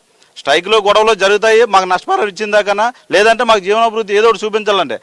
లేకపోతే పెన్షన్ రూపంలోని కానీ లేదంటే మా భూములు మాకు ఇవ్వడం. ప్రభుత్వాన్ని మీరు ఏం డిమాండ్ చేస్తున్నారు, ఏం చేయబోతున్నారు? ప్రభుత్వాన్ని ఏం అడుగుతున్నామంటే మాకు ఉద్యోగ అవకాశాలు కల్పించాలి. ఎందుకంటే నాకు వయసు అయిపోయిందండి. మా అబ్బాయికి ఆర్ కార్డు మార్చాం, మా అబ్బాయికి ఉద్యోగం లేకపోతే ఇప్పుడు తరతరాలు మేమేం తిని బతుకుతామండి. కాబట్టి మాకు ఉద్యోగ అవకాశాలు కల్పించాలా, ఉద్యోగం లేని వాళ్ళ నష్టపరిహారం ఇవ్వాలండి. తర్వాత ఒక ఇంట్లోనే 4 కొడుకులు ఉంటారండి, ఒక 6 నెంబర్కే ఉద్యోగం వస్తుంది, మిగతా వాళ్ళకి లేదు. వాళ్ళు మామూలుగా మెయింటెనెన్స్ వర్క్ చేశారనుకోండి, మీరు 6 నెంబర్ లేదు అనేసి ఇదే గవర్నమెంట్ చెప్తుందండి, ఒకరికే ఇస్తామని. అది కరెక్ట్ కాదు సార్. ఇప్పుడు డీపీ కొడుకుని నేను డీపీనండి, నా ఆర్ కార్డు పోయింది, మా నాన్నగారు చనిపోయారండి, నేను మార్చుకున్నాను ఆర్ కార్డు. మరి ఆయన కడుపుని నేను పుట్టాను, నేను డీపీ అవుతాను కానీ నాన్ డీపీ అవును కదండి. కాబట్టి ఇప్పుడు ఉన్నటువంటి ఎమ్మెల్యే గారు ఏం చేయాలంటే ఇప్పుడు ఎవరిని డీపీలన్నీ ఎవరిని తీయకుండా వాళ్ళకి ఉపాధి అవకాశాలు కనిపించాలని మాకు కోరికండి. ఇది పరిస్థితి సతీష్. మొత్తానికి ఇంకా చాలామంది కూడా వాళ్ళ ఆవేదన వ్యక్తం చేసేందుకు అయితే సిద్ధంగా ఉన్నారు. 64 గ్రామాల్లో మొత్తం ప్రధాన గ్రామం, ఈ గ్రామంలో భారీగా మహిళలు అయితేనే వృద్ధులు అయితేనే అందరితో కూడా మాట్లాడటం జరిగింది. మనం వాళ్ళందరూ కూడా చెప్పేది ప్రైమ్ లైన్ కూడా కృతజ్ఞతలు తెలియజేస్తున్నారు. ఎందుకంటే క్షేత్రస్థాయిలో ప్రజా సమస్యలు తెలుసుకుని మొత్తం కూడా ప్రైమ్ లైన్ మొత్తం ప్రభుత్వాన్ని కదిలించాలి, ప్రభుత్వ పెద్దలకి తెలియజేయాలి, ఇది కలెక్ట్ చేసుకోవాలని కూడా అందరూ కోరి పరిస్థితి కనిపిస్తుంది. లేని పక్షంలో వాళ్ళందరూ కూడా మరో ఉద్యమానికి సిద్ధం అవడానికి కూడా మొత్తం సిద్ధంగా ఉన్నామని కూడా వాళ్ళందరూ కూడా చెప్పే పరిస్థితి కనిపిస్తుంది. సతీష్, డెఫినెట్గా వాసు, ఎందుకంటే 64 గ్రామాల ప్రజలు కేవలం మనం వెళ్ళింది ఒక గ్రామంలోకి మీరు వెళ్ళారు. ఇప్పుడు అక్కడ గ్రౌండ్లో అసలు ఎలాంటి సిచ్యువేషన్ ఉందో వివరించే ప్రయత్నం చేస్తారు. డెఫినెట్గా అప్రిషియేట్ చేయాల్సిన అంశం. ఎందుకంటే కనీసం దీనికి సంబంధించి అధికారులు కొంతమంది చూసిన ప్రభుత్వం వరకు వెళ్ళి వాళ్ళకి ఎంతో కొంత న్యాయం జరిగితే డెఫినెట్గా సఫలీకృతమైనట్టే. ఎందుకంటే ఒక స్టీల్ ప్లాంట్ అంటే అదేదో పెద్ద ఒక సింహాసనంలో అందరూ భావిస్తుంటారు బయట నుంచి చూస్తే వాళ్ళకి, కానీ లోపల ఉన్న కార్మికులు ఎంత కష్టాలు పడుతున్నారో, వాళ్ళ పరిస్థితి ఎంత దీనంగా ఉందో, అసలు అందులో ఉన్నారు, పెద్దవాళ్ళు ఉన్నారు, ఆరోగ్యం బాగోలేని వాళ్ళు ఉన్నారు, చదువుకోలేకుండా పిల్లలు ఇంట్లోనే పడిపోయి ఉన్నారు. ఇలాగ ఒక్కొక్కరి సమస్యలు వింటే వాళ్ళ వేదన ఎంత భయంకరంగా ఉందో తెలుస్తుంది. Right, thank you so much Vasu, thanks for joining.